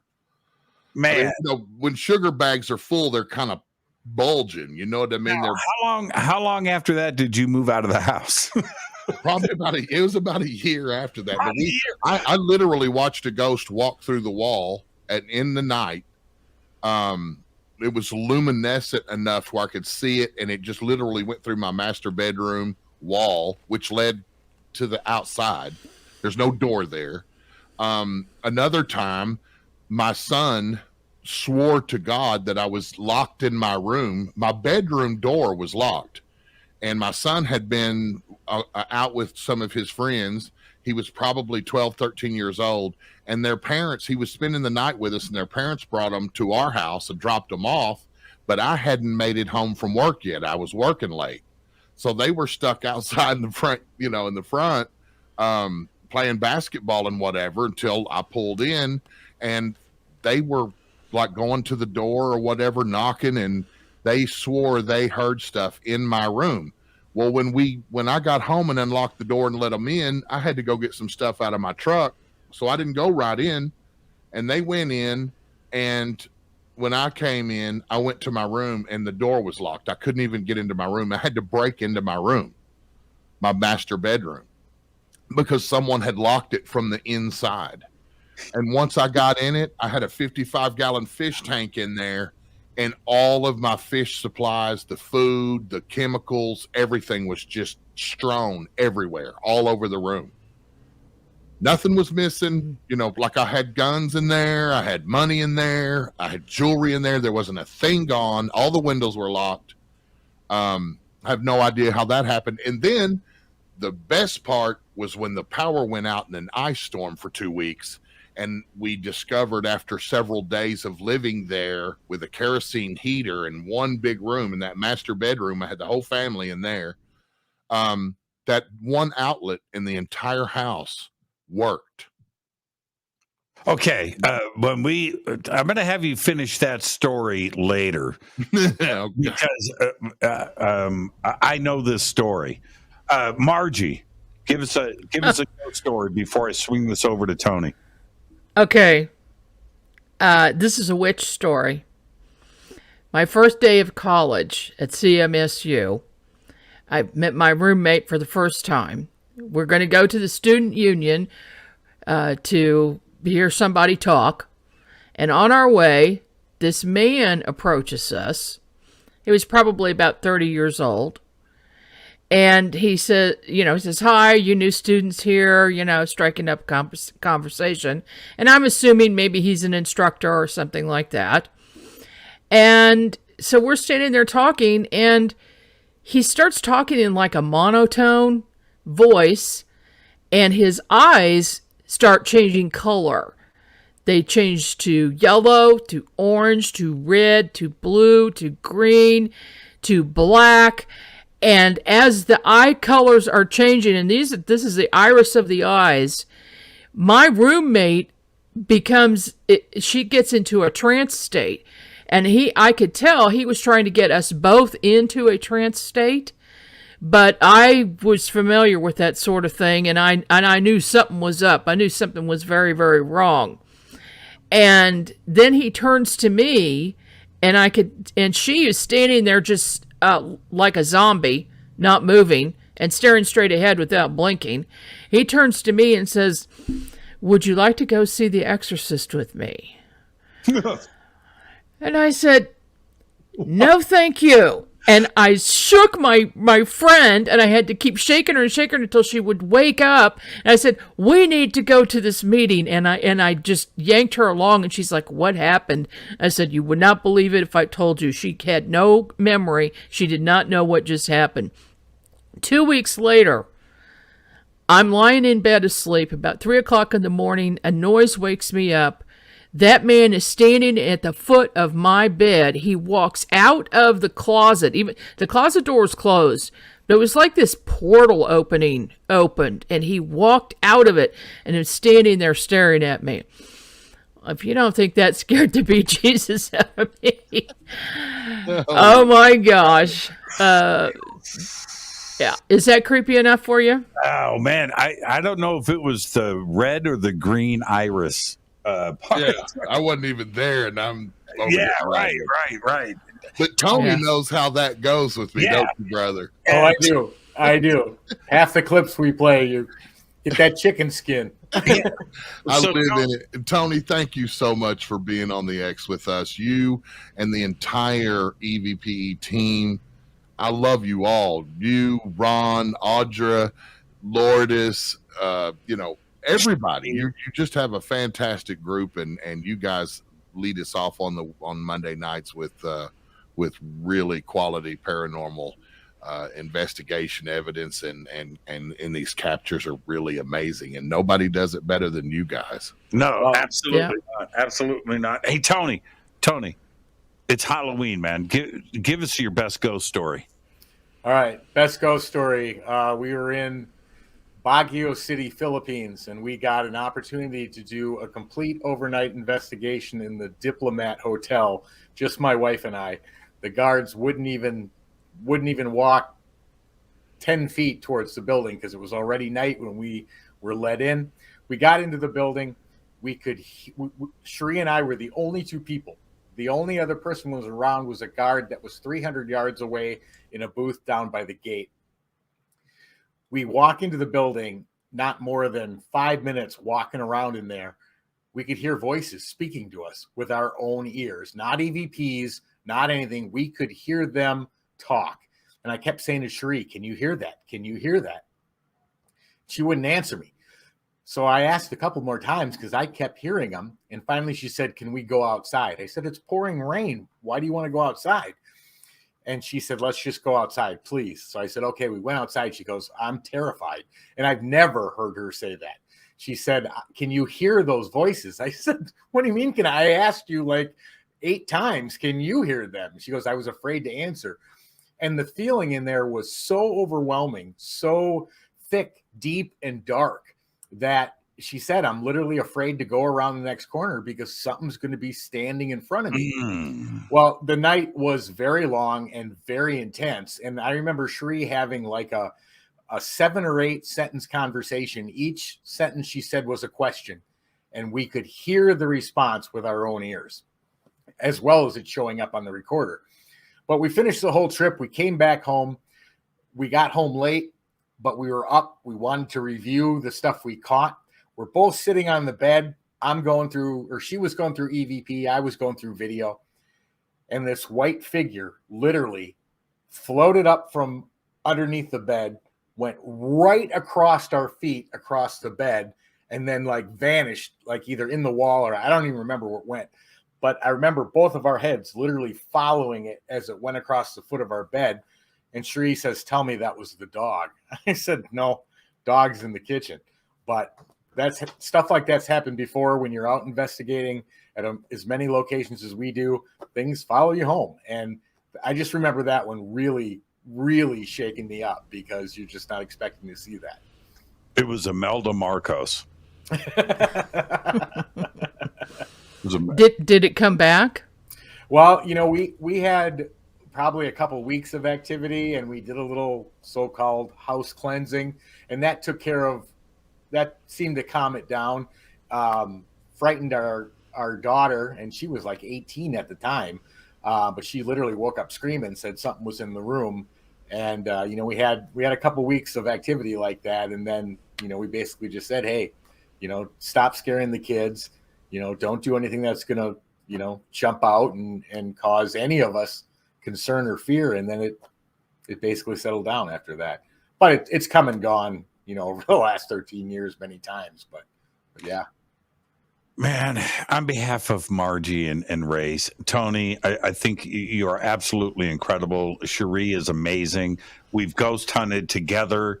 Yeah. We've had some incredible personal experiences that we have shared. I just want to thank you for the last year on the X with us. It's just been an incredible ride, my friend. Thank you. Thank you. And I can speak for the entire Entity Voices team. We are just as grateful to all of you for allowing us this opportunity. So thank you. Thank you, Tony. Thank you, brother. Hey, Race, Margie, Tony and Cherie are going to come out and ghost hunt at my house. Oh, Need to. Yeah. That's going to be all right. Give me a call when you do it. I'll remote view at the same time. Man. Tony, thank you so much, my friend. Happy Halloween. Please give my best, our best, to Cherie. Thank you so much. You bet. Have a great night. Thanks, brother. Thanks for staying up and hanging out with us a little bit. You bet. Loved it. The absolute very best, Tony Rathman. And now we've got our next guest is in the batter's box. Yeah. So let's take a quick break. Margie K, Race Hobbs. I am your host, Jimmy Church. We'll be right back after this short break. Stay with us.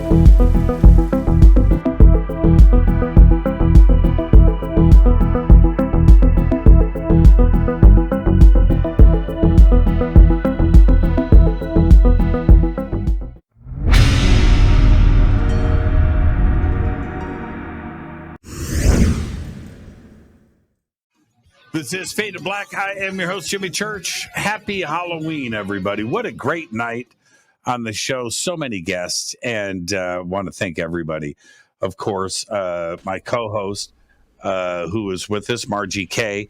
And Margie, we've lost Race temporarily. Hopefully, he will get things situated. He may be back.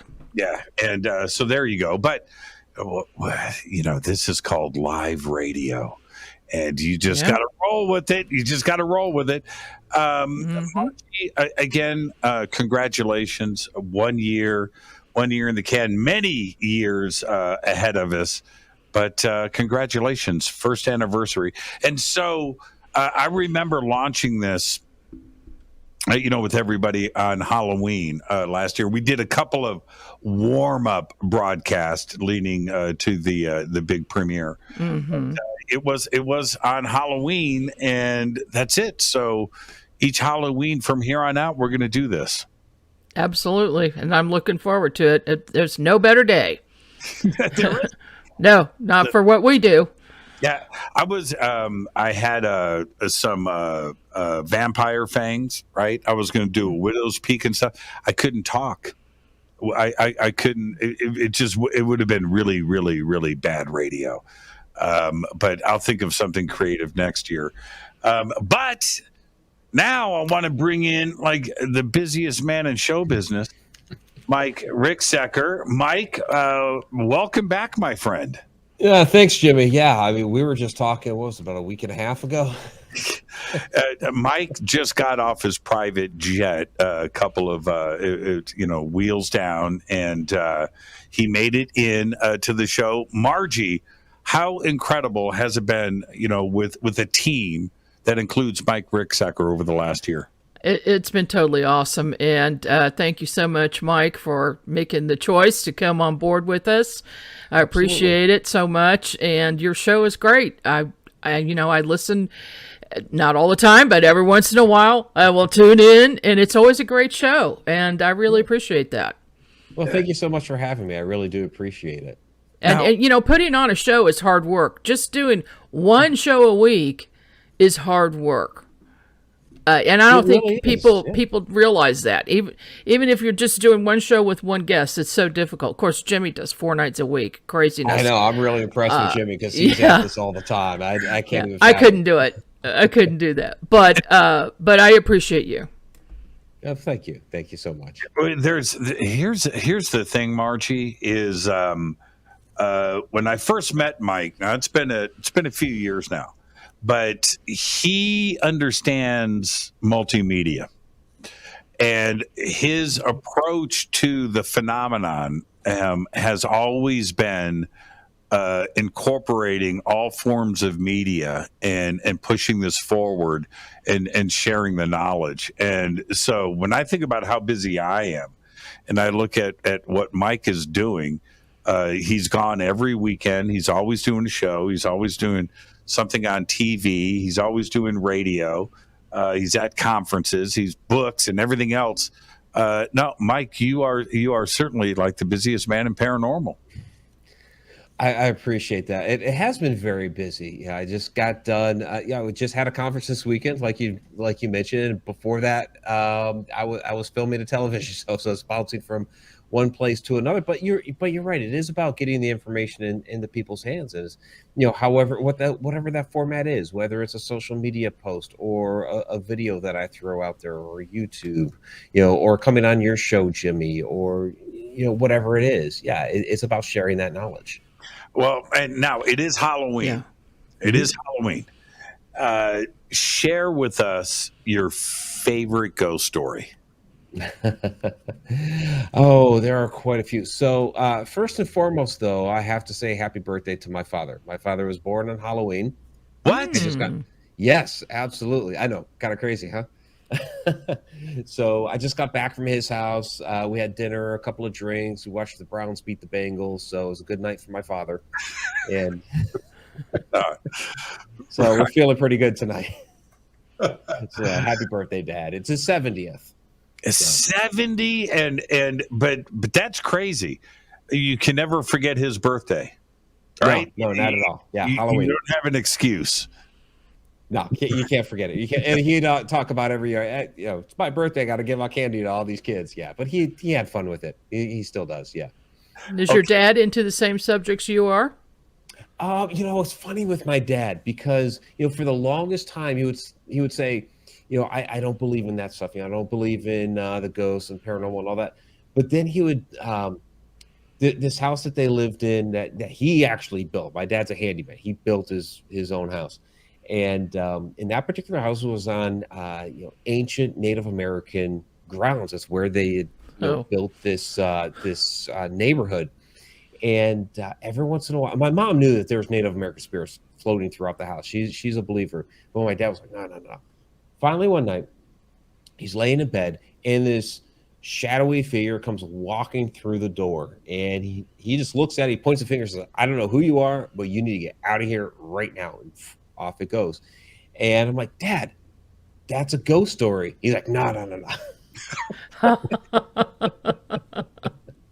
Still no, so even after he's spoken to it. Right. He's getting there. He's coming over a little bit, but it's taking him a while.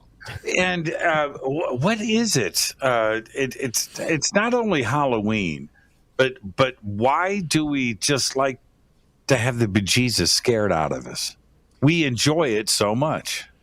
We do. I think it's that mystique, that mystery of the unknown, that we know that there's something else out there. We can't quite put our finger on it. And I think there's that exhilaration, that adrenaline factor of, here's something, mysterious that, just gives us a thrill. The appearance of it's like this. Casper the Friendly Ghost, right? Tonight it's trick or treaters, and you see the ghost costumes and whatnot. But all of this is based on, and that's what always freaked me out about Casper the Friendly Ghost is based on reality. Ghosts are a part of our lives, and you have seen these spirits and these entities and the shadow people. When you see it, and then you hear the joking about it, right? Casper the Friendly Ghost and ooh, right? It's based in reality. Yeah, absolutely. It's there's absolutely something to it. There's an element of reality to all of this supernatural. And Hans Holzer had a great quote there that there is no such thing as the supernatural. Everything is natural. It's just some of these things that we see and we witness and we experience are a little bit more rare than other things, but it's completely natural to our environment. But because we don't witness it as often, because it might happen at a darker time of night or in a creepier type of situation, it spooks us. It's a little creepy, especially when it's something that might be dark in nature, or it's a figure of somebody in a Victorian dress, but you're only getting like a vague image, or maybe it's in white. That's kind of spooky. The ability to have the crazy uncle, right, at campfire, right, sitting around and scaring the crap out of the family. Now you've got to go back to your tent and zip it up and crawl into your sleeping bag. That's what life is all about, right? We all want that crazy uncle that can tell that story. Yeah. Somebody who's a great storyteller like that, they really get our juices flowing, because it makes you. And for one, we all like a good story. That's what brings us to our movies or a good novel or something like that. We want to be told a good story. And when somebody's able to do that around a campfire like that, and like really set the tone and really set the mood, that gets our juices flowing. And, not only are we entertained, but it also gives us a sense of wonder, like, oh, something like that really could happen. Can I possibly experience that one day, outside of the whole storytelling study? Can I go to a house or a location or something like that I might be able to experience that myself? We've all heard the hook in the car the door handle story, right?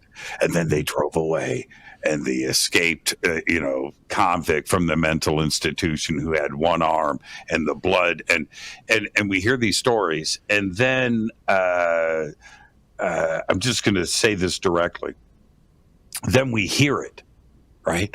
There's been it's on the news, right? You're like, wait a minute, what? And the other day I was driving, this is about 2 weeks ago, I'm driving between here, a good distance away, about 200 miles, and I'm out in the desert, and I drive by a frigging prison, right? And so it's like right off of the freeway, and I see the sign, "Don't pick up hitchhikers." Right. No. There's not another part to this story. I'm not saying I picked up a hitchhiker, but what I saw was a subdivision of houses, right next to the prison. And it just all flashed through my mind. Who does that, and why would you live there if you're going to have a mental institution next door, and then a sign out front that says "Do not pick up hitchhikers"? Yeah, I mean, personally, I wouldn't live in that neighborhood, but right. But people do, and but the same thing is true for those that might live next to a cemetery, or possibly That's you right. hear about these neighborhoods that are built on top of former cemeteries, and it's questionable as to whether they move the bodies or not.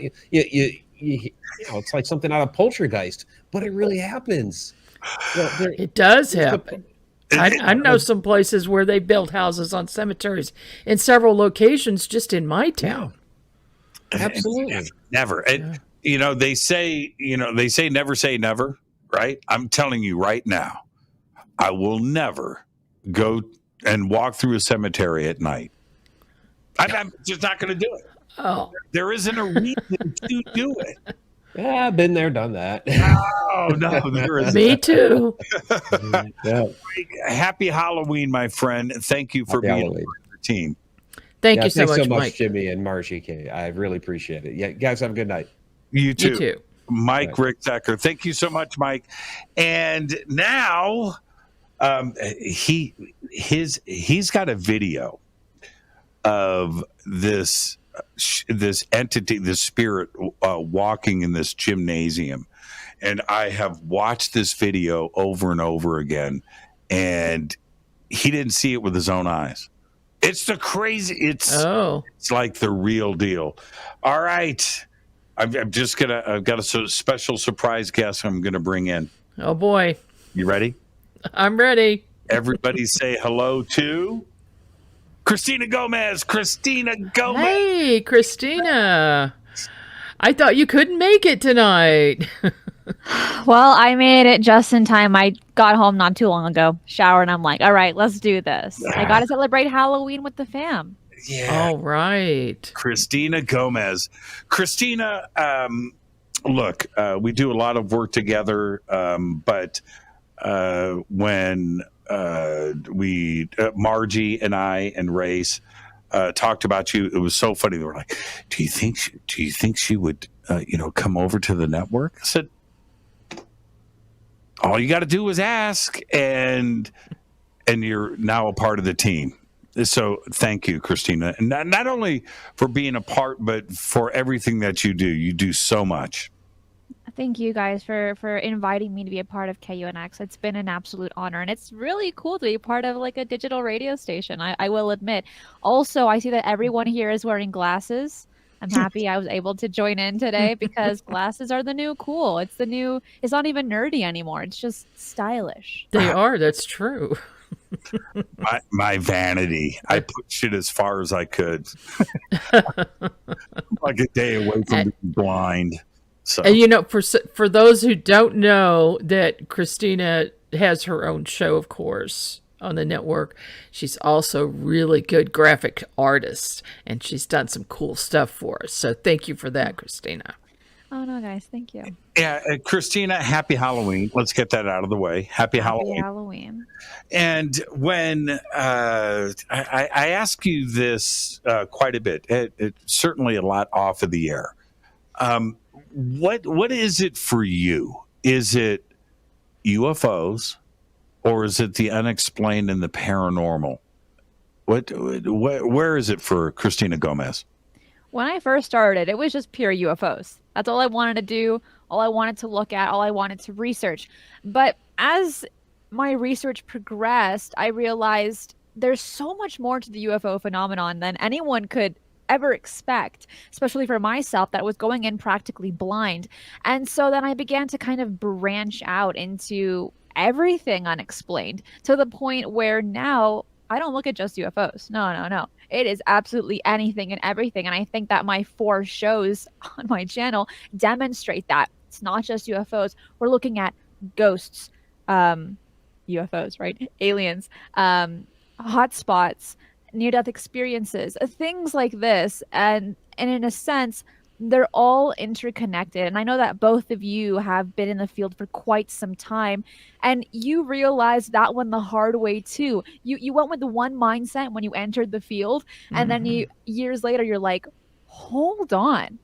All these pieces are kind of fitting together. I'm still missing a few. Don't know where they are. They're not fitting just yet. But you're creating this beautiful mosaic that you didn't expect when you first started, when you were whenever that was. And I think that's the case for a lot of people. A lot of investigators eventually come to that exact conclusion. That was my point. Thank you for saying that, Margie. And so, Christina, at what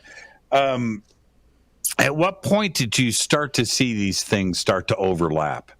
Oh, so soon in the game. It took me a while. It didn't happen overnight, but yeah, for you, when did you start to see these things overlap? So the first show I started doing on my channel was Shifting the Paradigm, and there was able to interview a lot of UFO researchers and investigators. That's how it started, just interviewing people in the UFO field. But when I began to look at their work, look at their books, their papers, even their social media as well, to kind of get a feel of what questions to ask them, I began to realize that they weren't just looking at UFOs. They were looking at all these other aspects. And so I began to ask questions that piqued my curiosity. And I said, what do you think about this and this and this? And they're like, well, this, and this, they're all somewhat connected. I'm not there yet. I don't have the answers, but there is this connection going there. And I began to ask this question over and over again with all of my guests. And I still ask the same question today. And that is, do you believe there is a convergence between the UFO phenomenon and the paranormal? And so far, maybe like 98% of people that I've asked say yes. But also these people have been in the field for quite a few years, if not decades. So I think it's really awesome to speak to people that are practically pioneers, such as the both of you, and to get your perspective, because when you're going in blind, when you don't know too much, you don't know where to look, and sometimes speaking to others, it guides you. It also changes your perspective, and our opinions are changing every day. Every single day we read a new paper, we speak to someone new, and you're like, you know what, now that you mention it, I see what you're saying. Okay, it makes a little bit more sense. And so in this field, in the mysterious, not just the UFO field, in the mysterious, I think the research is more of a collective than being individual, where people kind of want to one up one another, be like, I want to drop the story first before you do. But the thing is that you need everyone else to kind of get that story together, to get all the perspectives, to give a full masterpiece instead of a piece of paper that's missing a lot of details. Have you seen a ghost? I've seen one when I was like 6. I don't know if it was actually a ghost. I don't know if it was actually a ghost, Jimmy. Okay. It's Halloween. What did you see? Okay. Well, I have one story that I've told a few times, but I do have a ghost-ish story, but my quick ghost story, but the one that I saw when I was 6. I took the same path every day to school, and I would pass this forest, and there was this when my dad was driving, obviously, because I can't drive when I was 6 years old, right? I couldn't drive. But there was this one girl in the forest, pretty far away. She looked like Alice in Wonderland, practically, wearing like a blue dress. She had like kind of dirty blonde hair, from what I remember. And then she looked left and she looked right, and then she just disappeared. That's always stuck with me, but it was never really anything mysterious to like share with my friends at the time. But one experience that I did have that was pretty odd was, and for those who follow me, they know the story, but for those that don't, I'm going to share it. My freshman year in college, I didn't have a vacuum cleaner, right? Because everyone that enters college, they're broke. They don't have money to buy a vacuum. You got nothing. Yeah, exactly. Yeah. So I sat next to this girl in one of my classes. I think she was a sophomore or a junior, and she had a vacuum. So I kind of like, hey, buddy, do you want to let me borrow your vacuum? Is that okay? I promise I'll return it. And she's like, yeah, sure, no problem. Pick it up at night, like in the evening when I'm done with my courses, and just drop it off when you're done. And I'm like, sweet, thanks, man. You're the absolute best. So I'm driving to her apartment to pick up this vacuum. And at this time, my freshman year in college, I didn't really believe in gut feelings. I didn't really care for them, because at that point, my mentality was purely nuts and bolts. It was, I need the facts, I need the evidence, I need the data. And gut feelings, they're just that. They're nothing really special. But when I was driving to her place, I was like, something feels off.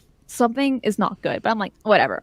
So I pick up her vacuum. Well, we chat for a bit. Pick up her vacuum, put it in the back of the car. And I'm driving back home, and I'm like, is there something with me in the car? Nah, man, there's no way, because obviously it's just me, myself, and I, right? So I keep driving home. I get to my place. I put the vacuum in the corner of my house, of my dorm apartment, and I start doing other things to kind of prep to do the vacuuming, like pick up stuff from the floor, the whole shebang. Sure. And at this time, I had this like really big, like 1 pound candle in the bathroom, like right on top of the toilet. It was a pink candle and surrounded in a glass jar, super heavy, in the sense where it can't just make more sense. As I was walking through the house, through the dorm apartment, I interchange house and apartment, so please excuse me, but when I was doing all these things, this 1 pound fat candle falls into the trash can. Now, there was no explanation for that.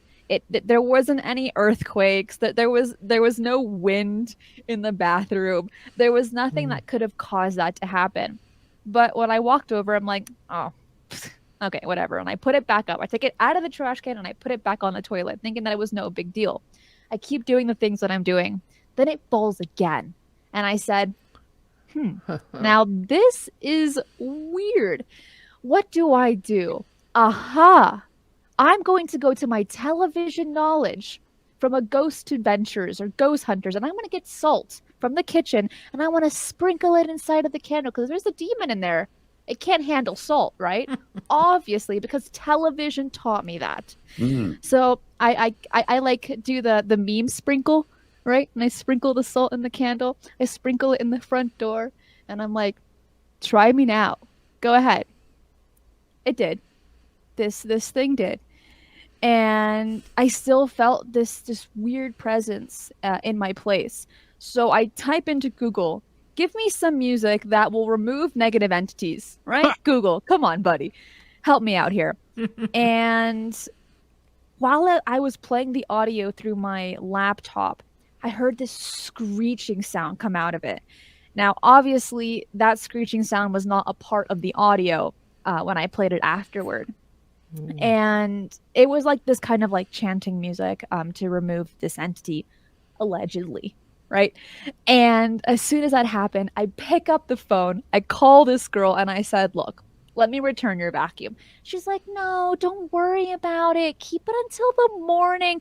It's super late, Christina. And I'm like, take your gosh darn vacuum back. I don't want it. You know what? I don't even want to vacuum my place. Just take it. I've had candles fall. I've had screeching sounds. I don't want your vacuum.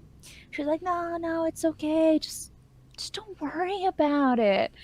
So that night, I end up putting the vacuum in a storage unit, like outside of the place.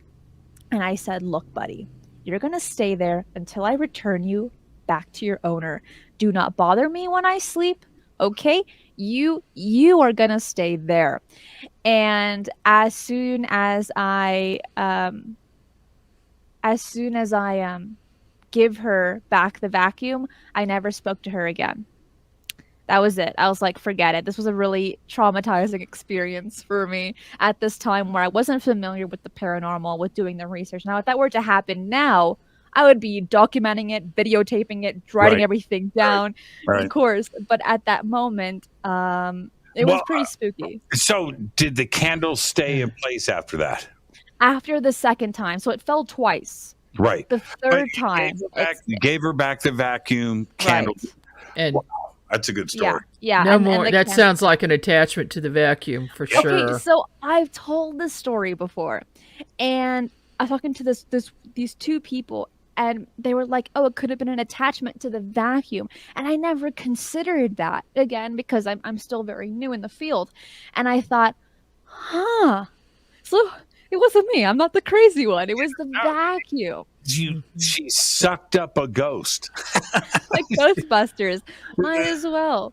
The spirit passed through the HEPA filter. Christina, thank you so much. You're just absolutely amazing. and your stuff is great. And this is the thing for Margie and Race and myself. You bring another audience to the NX Network, and we really, really appreciate that. Just thank you so much. You just got all the energy in the world.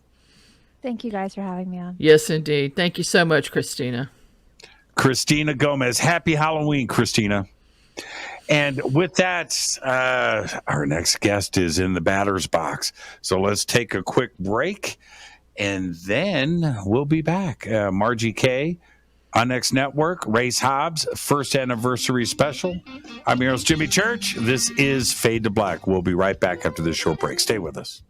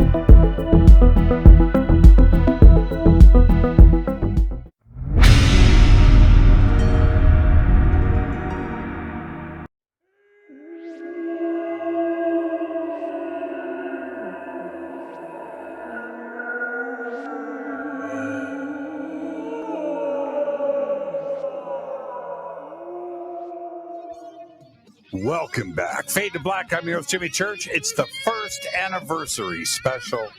The Unex Network, 1 year on the air. And it's also Halloween. Happy Halloween, everybody. I am your host, Jimmy Church. This is Fade to Black, along with my co-host tonight, Margie K. Margie, what a great show. Oh, absolutely. We've had a lot this evening, that's for sure. It's compacted into a very tight space. Yeah. I do this every night, and I just get pumped up. It's so much fun, and wow, tonight just back to back guests, and now I'm gonna bring in the newest member of the Unex family, Shannon Rogers. Shannon, now welcome. How does it feel? I feel like the new guy, but I love it. And what a great show tonight, guys. I've really enjoyed it. What some acts to follow. I've enjoyed it, definitely. Thank you. So you and your partner, Jennifer Lee, your show is getting ready to premiere. It's called The Calling, The Forgotten Files. The audience right now is going, what's going on? Tell us about it. Yeah. So basically, The Forgotten Files, it covers a lot of different things. We're talking, because I've always had an interest in missing and unsolved murders. Well, Jen works on cases. I have had visions about cases and stuff. I want to talk about, dig deeper into the psychology that comes to play with dealing with spirit, when you're dealing with spirit and energy, mental health and trauma, how everything kind of plays together. So we're going to really dig in deep to those things that you really think about sometimes on more than just the paranormal, the psychology behind it. What happened in someone's life to make them do some of the things they've done that carried over and affected other people and their energy and also spirit as well. And as well as when they cross onto the other side, how all the energies affect all the realm. We want to really just hit on the psychology and dig in deep and, just. What got you here? Did you have a crazy aunt, crazy uncle? I'm the crazy aunt. No, basically, I wasn't really around anything paranormal, metaphysical growing up. I didn't have any outlet to that. I just thought I was very, very, very different. I developed social anxiety because I knew what people were thinking. I just didn't have any avenue to let me know that I had an ability. I'm an intuitive empath. And then I got into metaphysical and started taking classes and courses and being coached and mentored back in 2011. And then that was in Colorado. When I moved back to Texas, I got into the paranormal, and I thought, wow, a big group of people getting together and playing with gadgets and bringing the spirit, because I already had the training on spirit and energy, so to throw it all together, I was having a lot of fun. But then to get to where I am now, I kind of want to go back a little bit and get back towards that spirit and energy and focus on communicating with them, seeing what they went through, feeling what they went through. Because I have a spirit a lot of times want me to know what happened to them. And so that's why my mind always goes into the psychology of it, of paranormal investigating, and the emotions and everything, is because I feel that. I feel that on a deep level. I'm connected to energy, and I want to dig deeper and talk about those things. Mental health. The that zone, that resides in between what we would call, reality, and then whatever that is on the other side. You can call it another dimension, a parallel world, but something is going on there. Who is it? Is it are time travelers? Are they ghosts? Are they spirits? Are they our relatives? Are they lost? Or to them, are we the ghosts? I think it's all the above. It depends on the case. I mean, every situation with spirits like a fingerprint. Nothing's going to be the same. You have to really dig in deep, especially when you're interacting with energy and spirit, is kind of know and get to feel out that background. So you know how to interact with that energy in a respectful way, whether it's going to be negative or positive, or if it just wants to be heard. So you kind of got to figure out the storyline in a way, kind of dig deep and find out what's going on to be able to see what the story is. And does that make sense? It does. And in a general sense, you should ask me if it makes sense. In a general sense, are they looking for direction? Do they know where they are? Or you know what I mean? Do they know that they've passed on? In my experiences, I mean, a lot of times I've never really felt the fact, except for confusion, that they didn't know that they were confused. That I've never really felt that they didn't know they were dead. I've never felt that myself personally. Mm-hmm. I just felt like they wanted me to know what happened to them. That's what happens to me the most, is they want me to experience, see, or feel what happened to them. And, I get affected differently than other people, but to sit there and say, like, every spirit is there for a different reason. Every spirit hasn't crossed over for a certain reason. Whether they know they've crossed over or not, I haven't really gotten too far into the facts. I haven't experienced too much of a spirit going, I'm confused, I'm lost. Right. It's been more like, I get affected by, I want you to know what happened to me, and I want you to feel it and see it. And when you say feel it and see it, Margie, you're probably thinking the same thing I am. Mm-hmm. Are we talking about a murder victim, or somebody that experienced trauma, maybe struck by lightning? When you say they want you to experience it, what are they asking for? Okay, so a lot of the things I get are definitely murder victims, women that have been like raped and killed. Right. Abused children that have been killed. Those are the kind of things. The traumatic stuff seems to be what comes to me. It's not fun, but that's what I feel. So, are you able to help them move on? Yeah. Excellent. I have definitely. I absolutely have, and that's why I love that I teamed up with Jennifer, because she's more the psychic medium. I'm just the intuitive empath and a spiritual conduit. I don't connect like she does, but I feel more emotion. I feel the energy, the emotion of everything. So we're able to paint a picture. I work with a lot of psychic mediums and mentors that do what I can't do for us to work together. But yes, I've definitely helped spirit move on. I'm getting chills thinking about the times that I actually have, suicide victims, rape victims. Yeah, it's not always fun. No, it isn't. I do some of the same work, but it does give you a good feeling that you're able to help them. Yes. And also wherever they are, where they might be causing a problem for the people living in the home, then that problem is gone. Yes. Right. Does it? Can you feel the relief? Can you feel the sense of relief? Yes, absolutely. I absolutely can. And a lot of times it's also like people that have died of heart attacks traumatically and stuff like that as well, or car crash victims. But I can feel the relief. I can feel, especially when I get an energy out of my space, because sometimes they stay around me for a while and it's like my homes are always haunted. There's no way around it. But when I'm able to clear that energy, it's funny, the lights, everything gets brighter. That's when I can tell. The lights just get brighter. Everything seems brighter. I see more release because it really does affect me.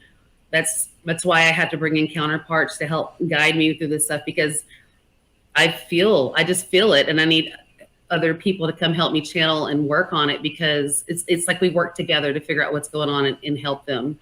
And so that's what, again, Jennifer, I wish she was able to join us tonight because she's absolutely amazing. We work well together. I've worked with amazing people that are also going to be lined up, to be on our show. And, that's why these situations, that's what made me want to do this show, is because I want to talk about these things, get experts on, help myself grow and be more educated. I want to ask the questions that they're, are really experienced on. And a lot of these questions are things that, people have already been asking or wondering. It's just not talked about much. So I want to really dig into the psychology of it. That's, it sounds like a great show. I'm really looking forward to it. I'm Shannon. excited. Sorry, I got a camera up here, or a screen up here down here. That's why I keep going up and down. Yeah, I'm like squirrel. It's like I've got 3 screens in front of me. I've got multiple cameras. I don't know what to look at. So I should look here, but I keep going up to there. So you're doing just fine. Shannon, thank you so much. Yes. And, on behalf of the network and of course Margie and Race, welcome to the family, and it's going to be a fun ride. Thank you so much. Thank you so much, and we got some good guests lined up for you guys. So. When is your first show, Shannon? November 10th, and that is going to be an introductory show. We're going to bring in our mentors that kind of guided us through the process of us becoming who we are, and then we're going to dig in deep the episodes after that, because we want people to know why we're doing the show, the first episode. So great. Hitting the ground running. Yeah, we're putting a lot of passion and effort into it, and a lot of love, and we want to share. We want to share these topics with people, and have really good open discussions about it. So I'm really looking forward to it. Thank you so much. Thank you, guys. Thank you, Shannon. Shannon, thank you. Happy Halloween. And happy Halloween to you guys too. And thank you for having me. Yeah, thank you so much. That's what the NX Network is all about, right there. It is true passion, and you can tell that she has experience and she wants to keep learning, and that's what we all do, really. The learning never stops. So I'm really glad. I'm looking forward to her show. Now, and thank you so much, Shannon, and her and Jennifer. I can tell. I am into these. Can I just share something private? If you wish. Yeah. I like those murder mystery podcasts. I can't get enough of that true crime stuff. I do too. And history behind it, and then you've got a ghost that's involved, and I'm listening to this stuff constantly. I can't. Have you seen the TV series Only Murders in the Building? No. Where is that? Where does that play? Just write that down. Oh no! I heard about. My daughter told me about it. She said I have to watch it. I haven't been able to find it yet. Steve Martin and Martin Short and the singer Selena Gomez. Really? Yeah, it's awesome, and that's what it's about. It's about a true crime podcast, and it's based on. They live in this apartment building in New York, and people are dying. Only in that building. Only murders in the building, and it's fantastic. I just can't get enough of that stuff. Well, now, Margie, we've got to get to our contest. We do have to get to our contest, yes, and I assume you have some pictures. I do, and you have the places. I do, and I will. I have that too as well. So let me back up here, and I've got the pictures ready to go. And so what I would like to do, if I may, let me back up here, and I've got it right in front of me. It is right here. I got it. Okay, we've got the top 3 winners. Now, before we get to that, hold on, Margie. Okay. Don't get ahead of your skis, young lady. Don't get okay. Excuse me. I thought I was the CEO. Yeah, don't get ahead of your skis. Is this? So we've got 3. We've got third, second, and first place. So before we make the announcement, what are the prize? So the third place winner gets. Well, hang on just a minute, because my screen just died. Ooh, okay, all right. And this is live radio. Oh my goodness. All right. Okay. Let me get it back. Okay, while you are doing that, I was a judge, and I was watching the tallies come in for the winners here, and we were all. It was kind of strange, because it was like, to me, it was like a 3-way tie, but we all agreed. And so there isn't too much controversy here. So, do you have your third? No, we had several judges. We had Maria, Race, Violet, Lee, you, and me. And then I tallied everything, and we were all very, very much in agreement. Okay, and on these things. So third place winner gets what prize package? I am bringing it up right now. Now I've got my screen back. So the third place winner is going to get a book called Doorway to Spirit by Devin Listrom, a book called Gateway to the Dead, a Ghost Hunter's Field Guide by myself, Winged Aliens by me, and 1 print copy of Unex magazine. Second place winner prize package is a free X Club Gold membership, which is $129 value.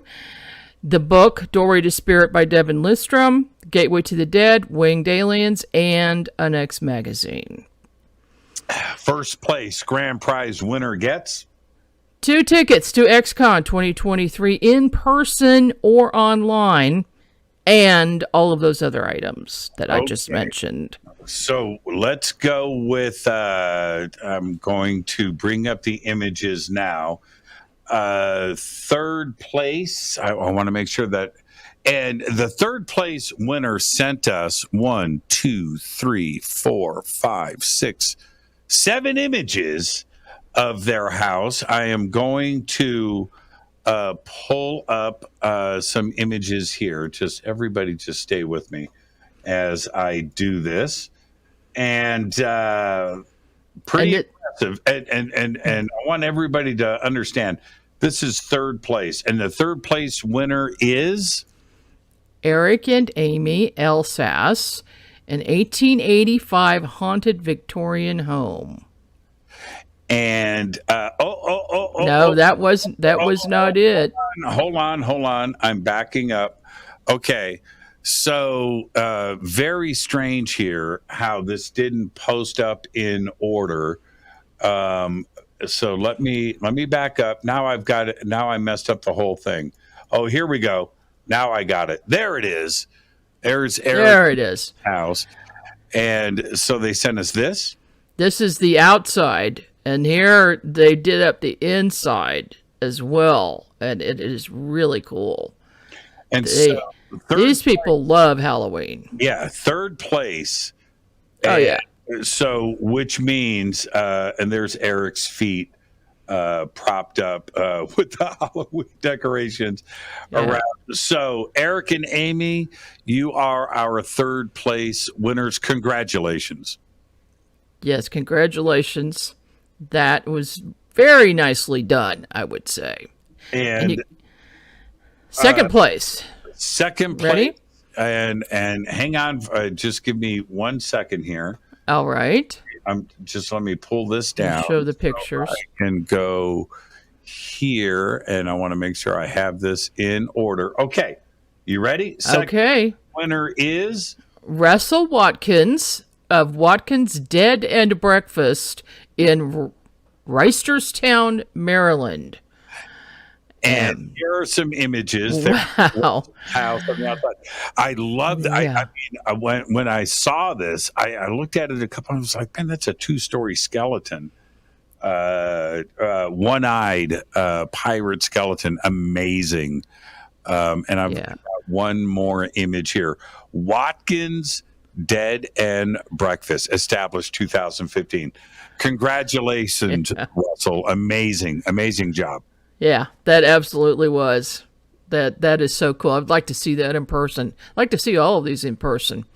And our grand prize winner is okay, Sandy Williamson from Pearl, Mississippi. And you are our grand prize winner because, boy, are you serious about Halloween. Look at this. And now this is a panoramic shot. Incredible. I've got another one too as well, but look at the entrance to the front door. You got to walk through that to get your candy. Yeah, you got to go underneath that huge spider web. That is so clever. It's so well done. Yes. And here's one more shot, panoramic. As you can see, it goes all the way back, all the way into the backyard. Congratulations, Sandy. Amazing job on your house. Absolutely. That's just incredible. And what a great way. Congratulations to everybody that entered, by the way. It was tough. It was like a 3-way tie. And so it really was. And thanks everybody for doing that. And we will do it again next year.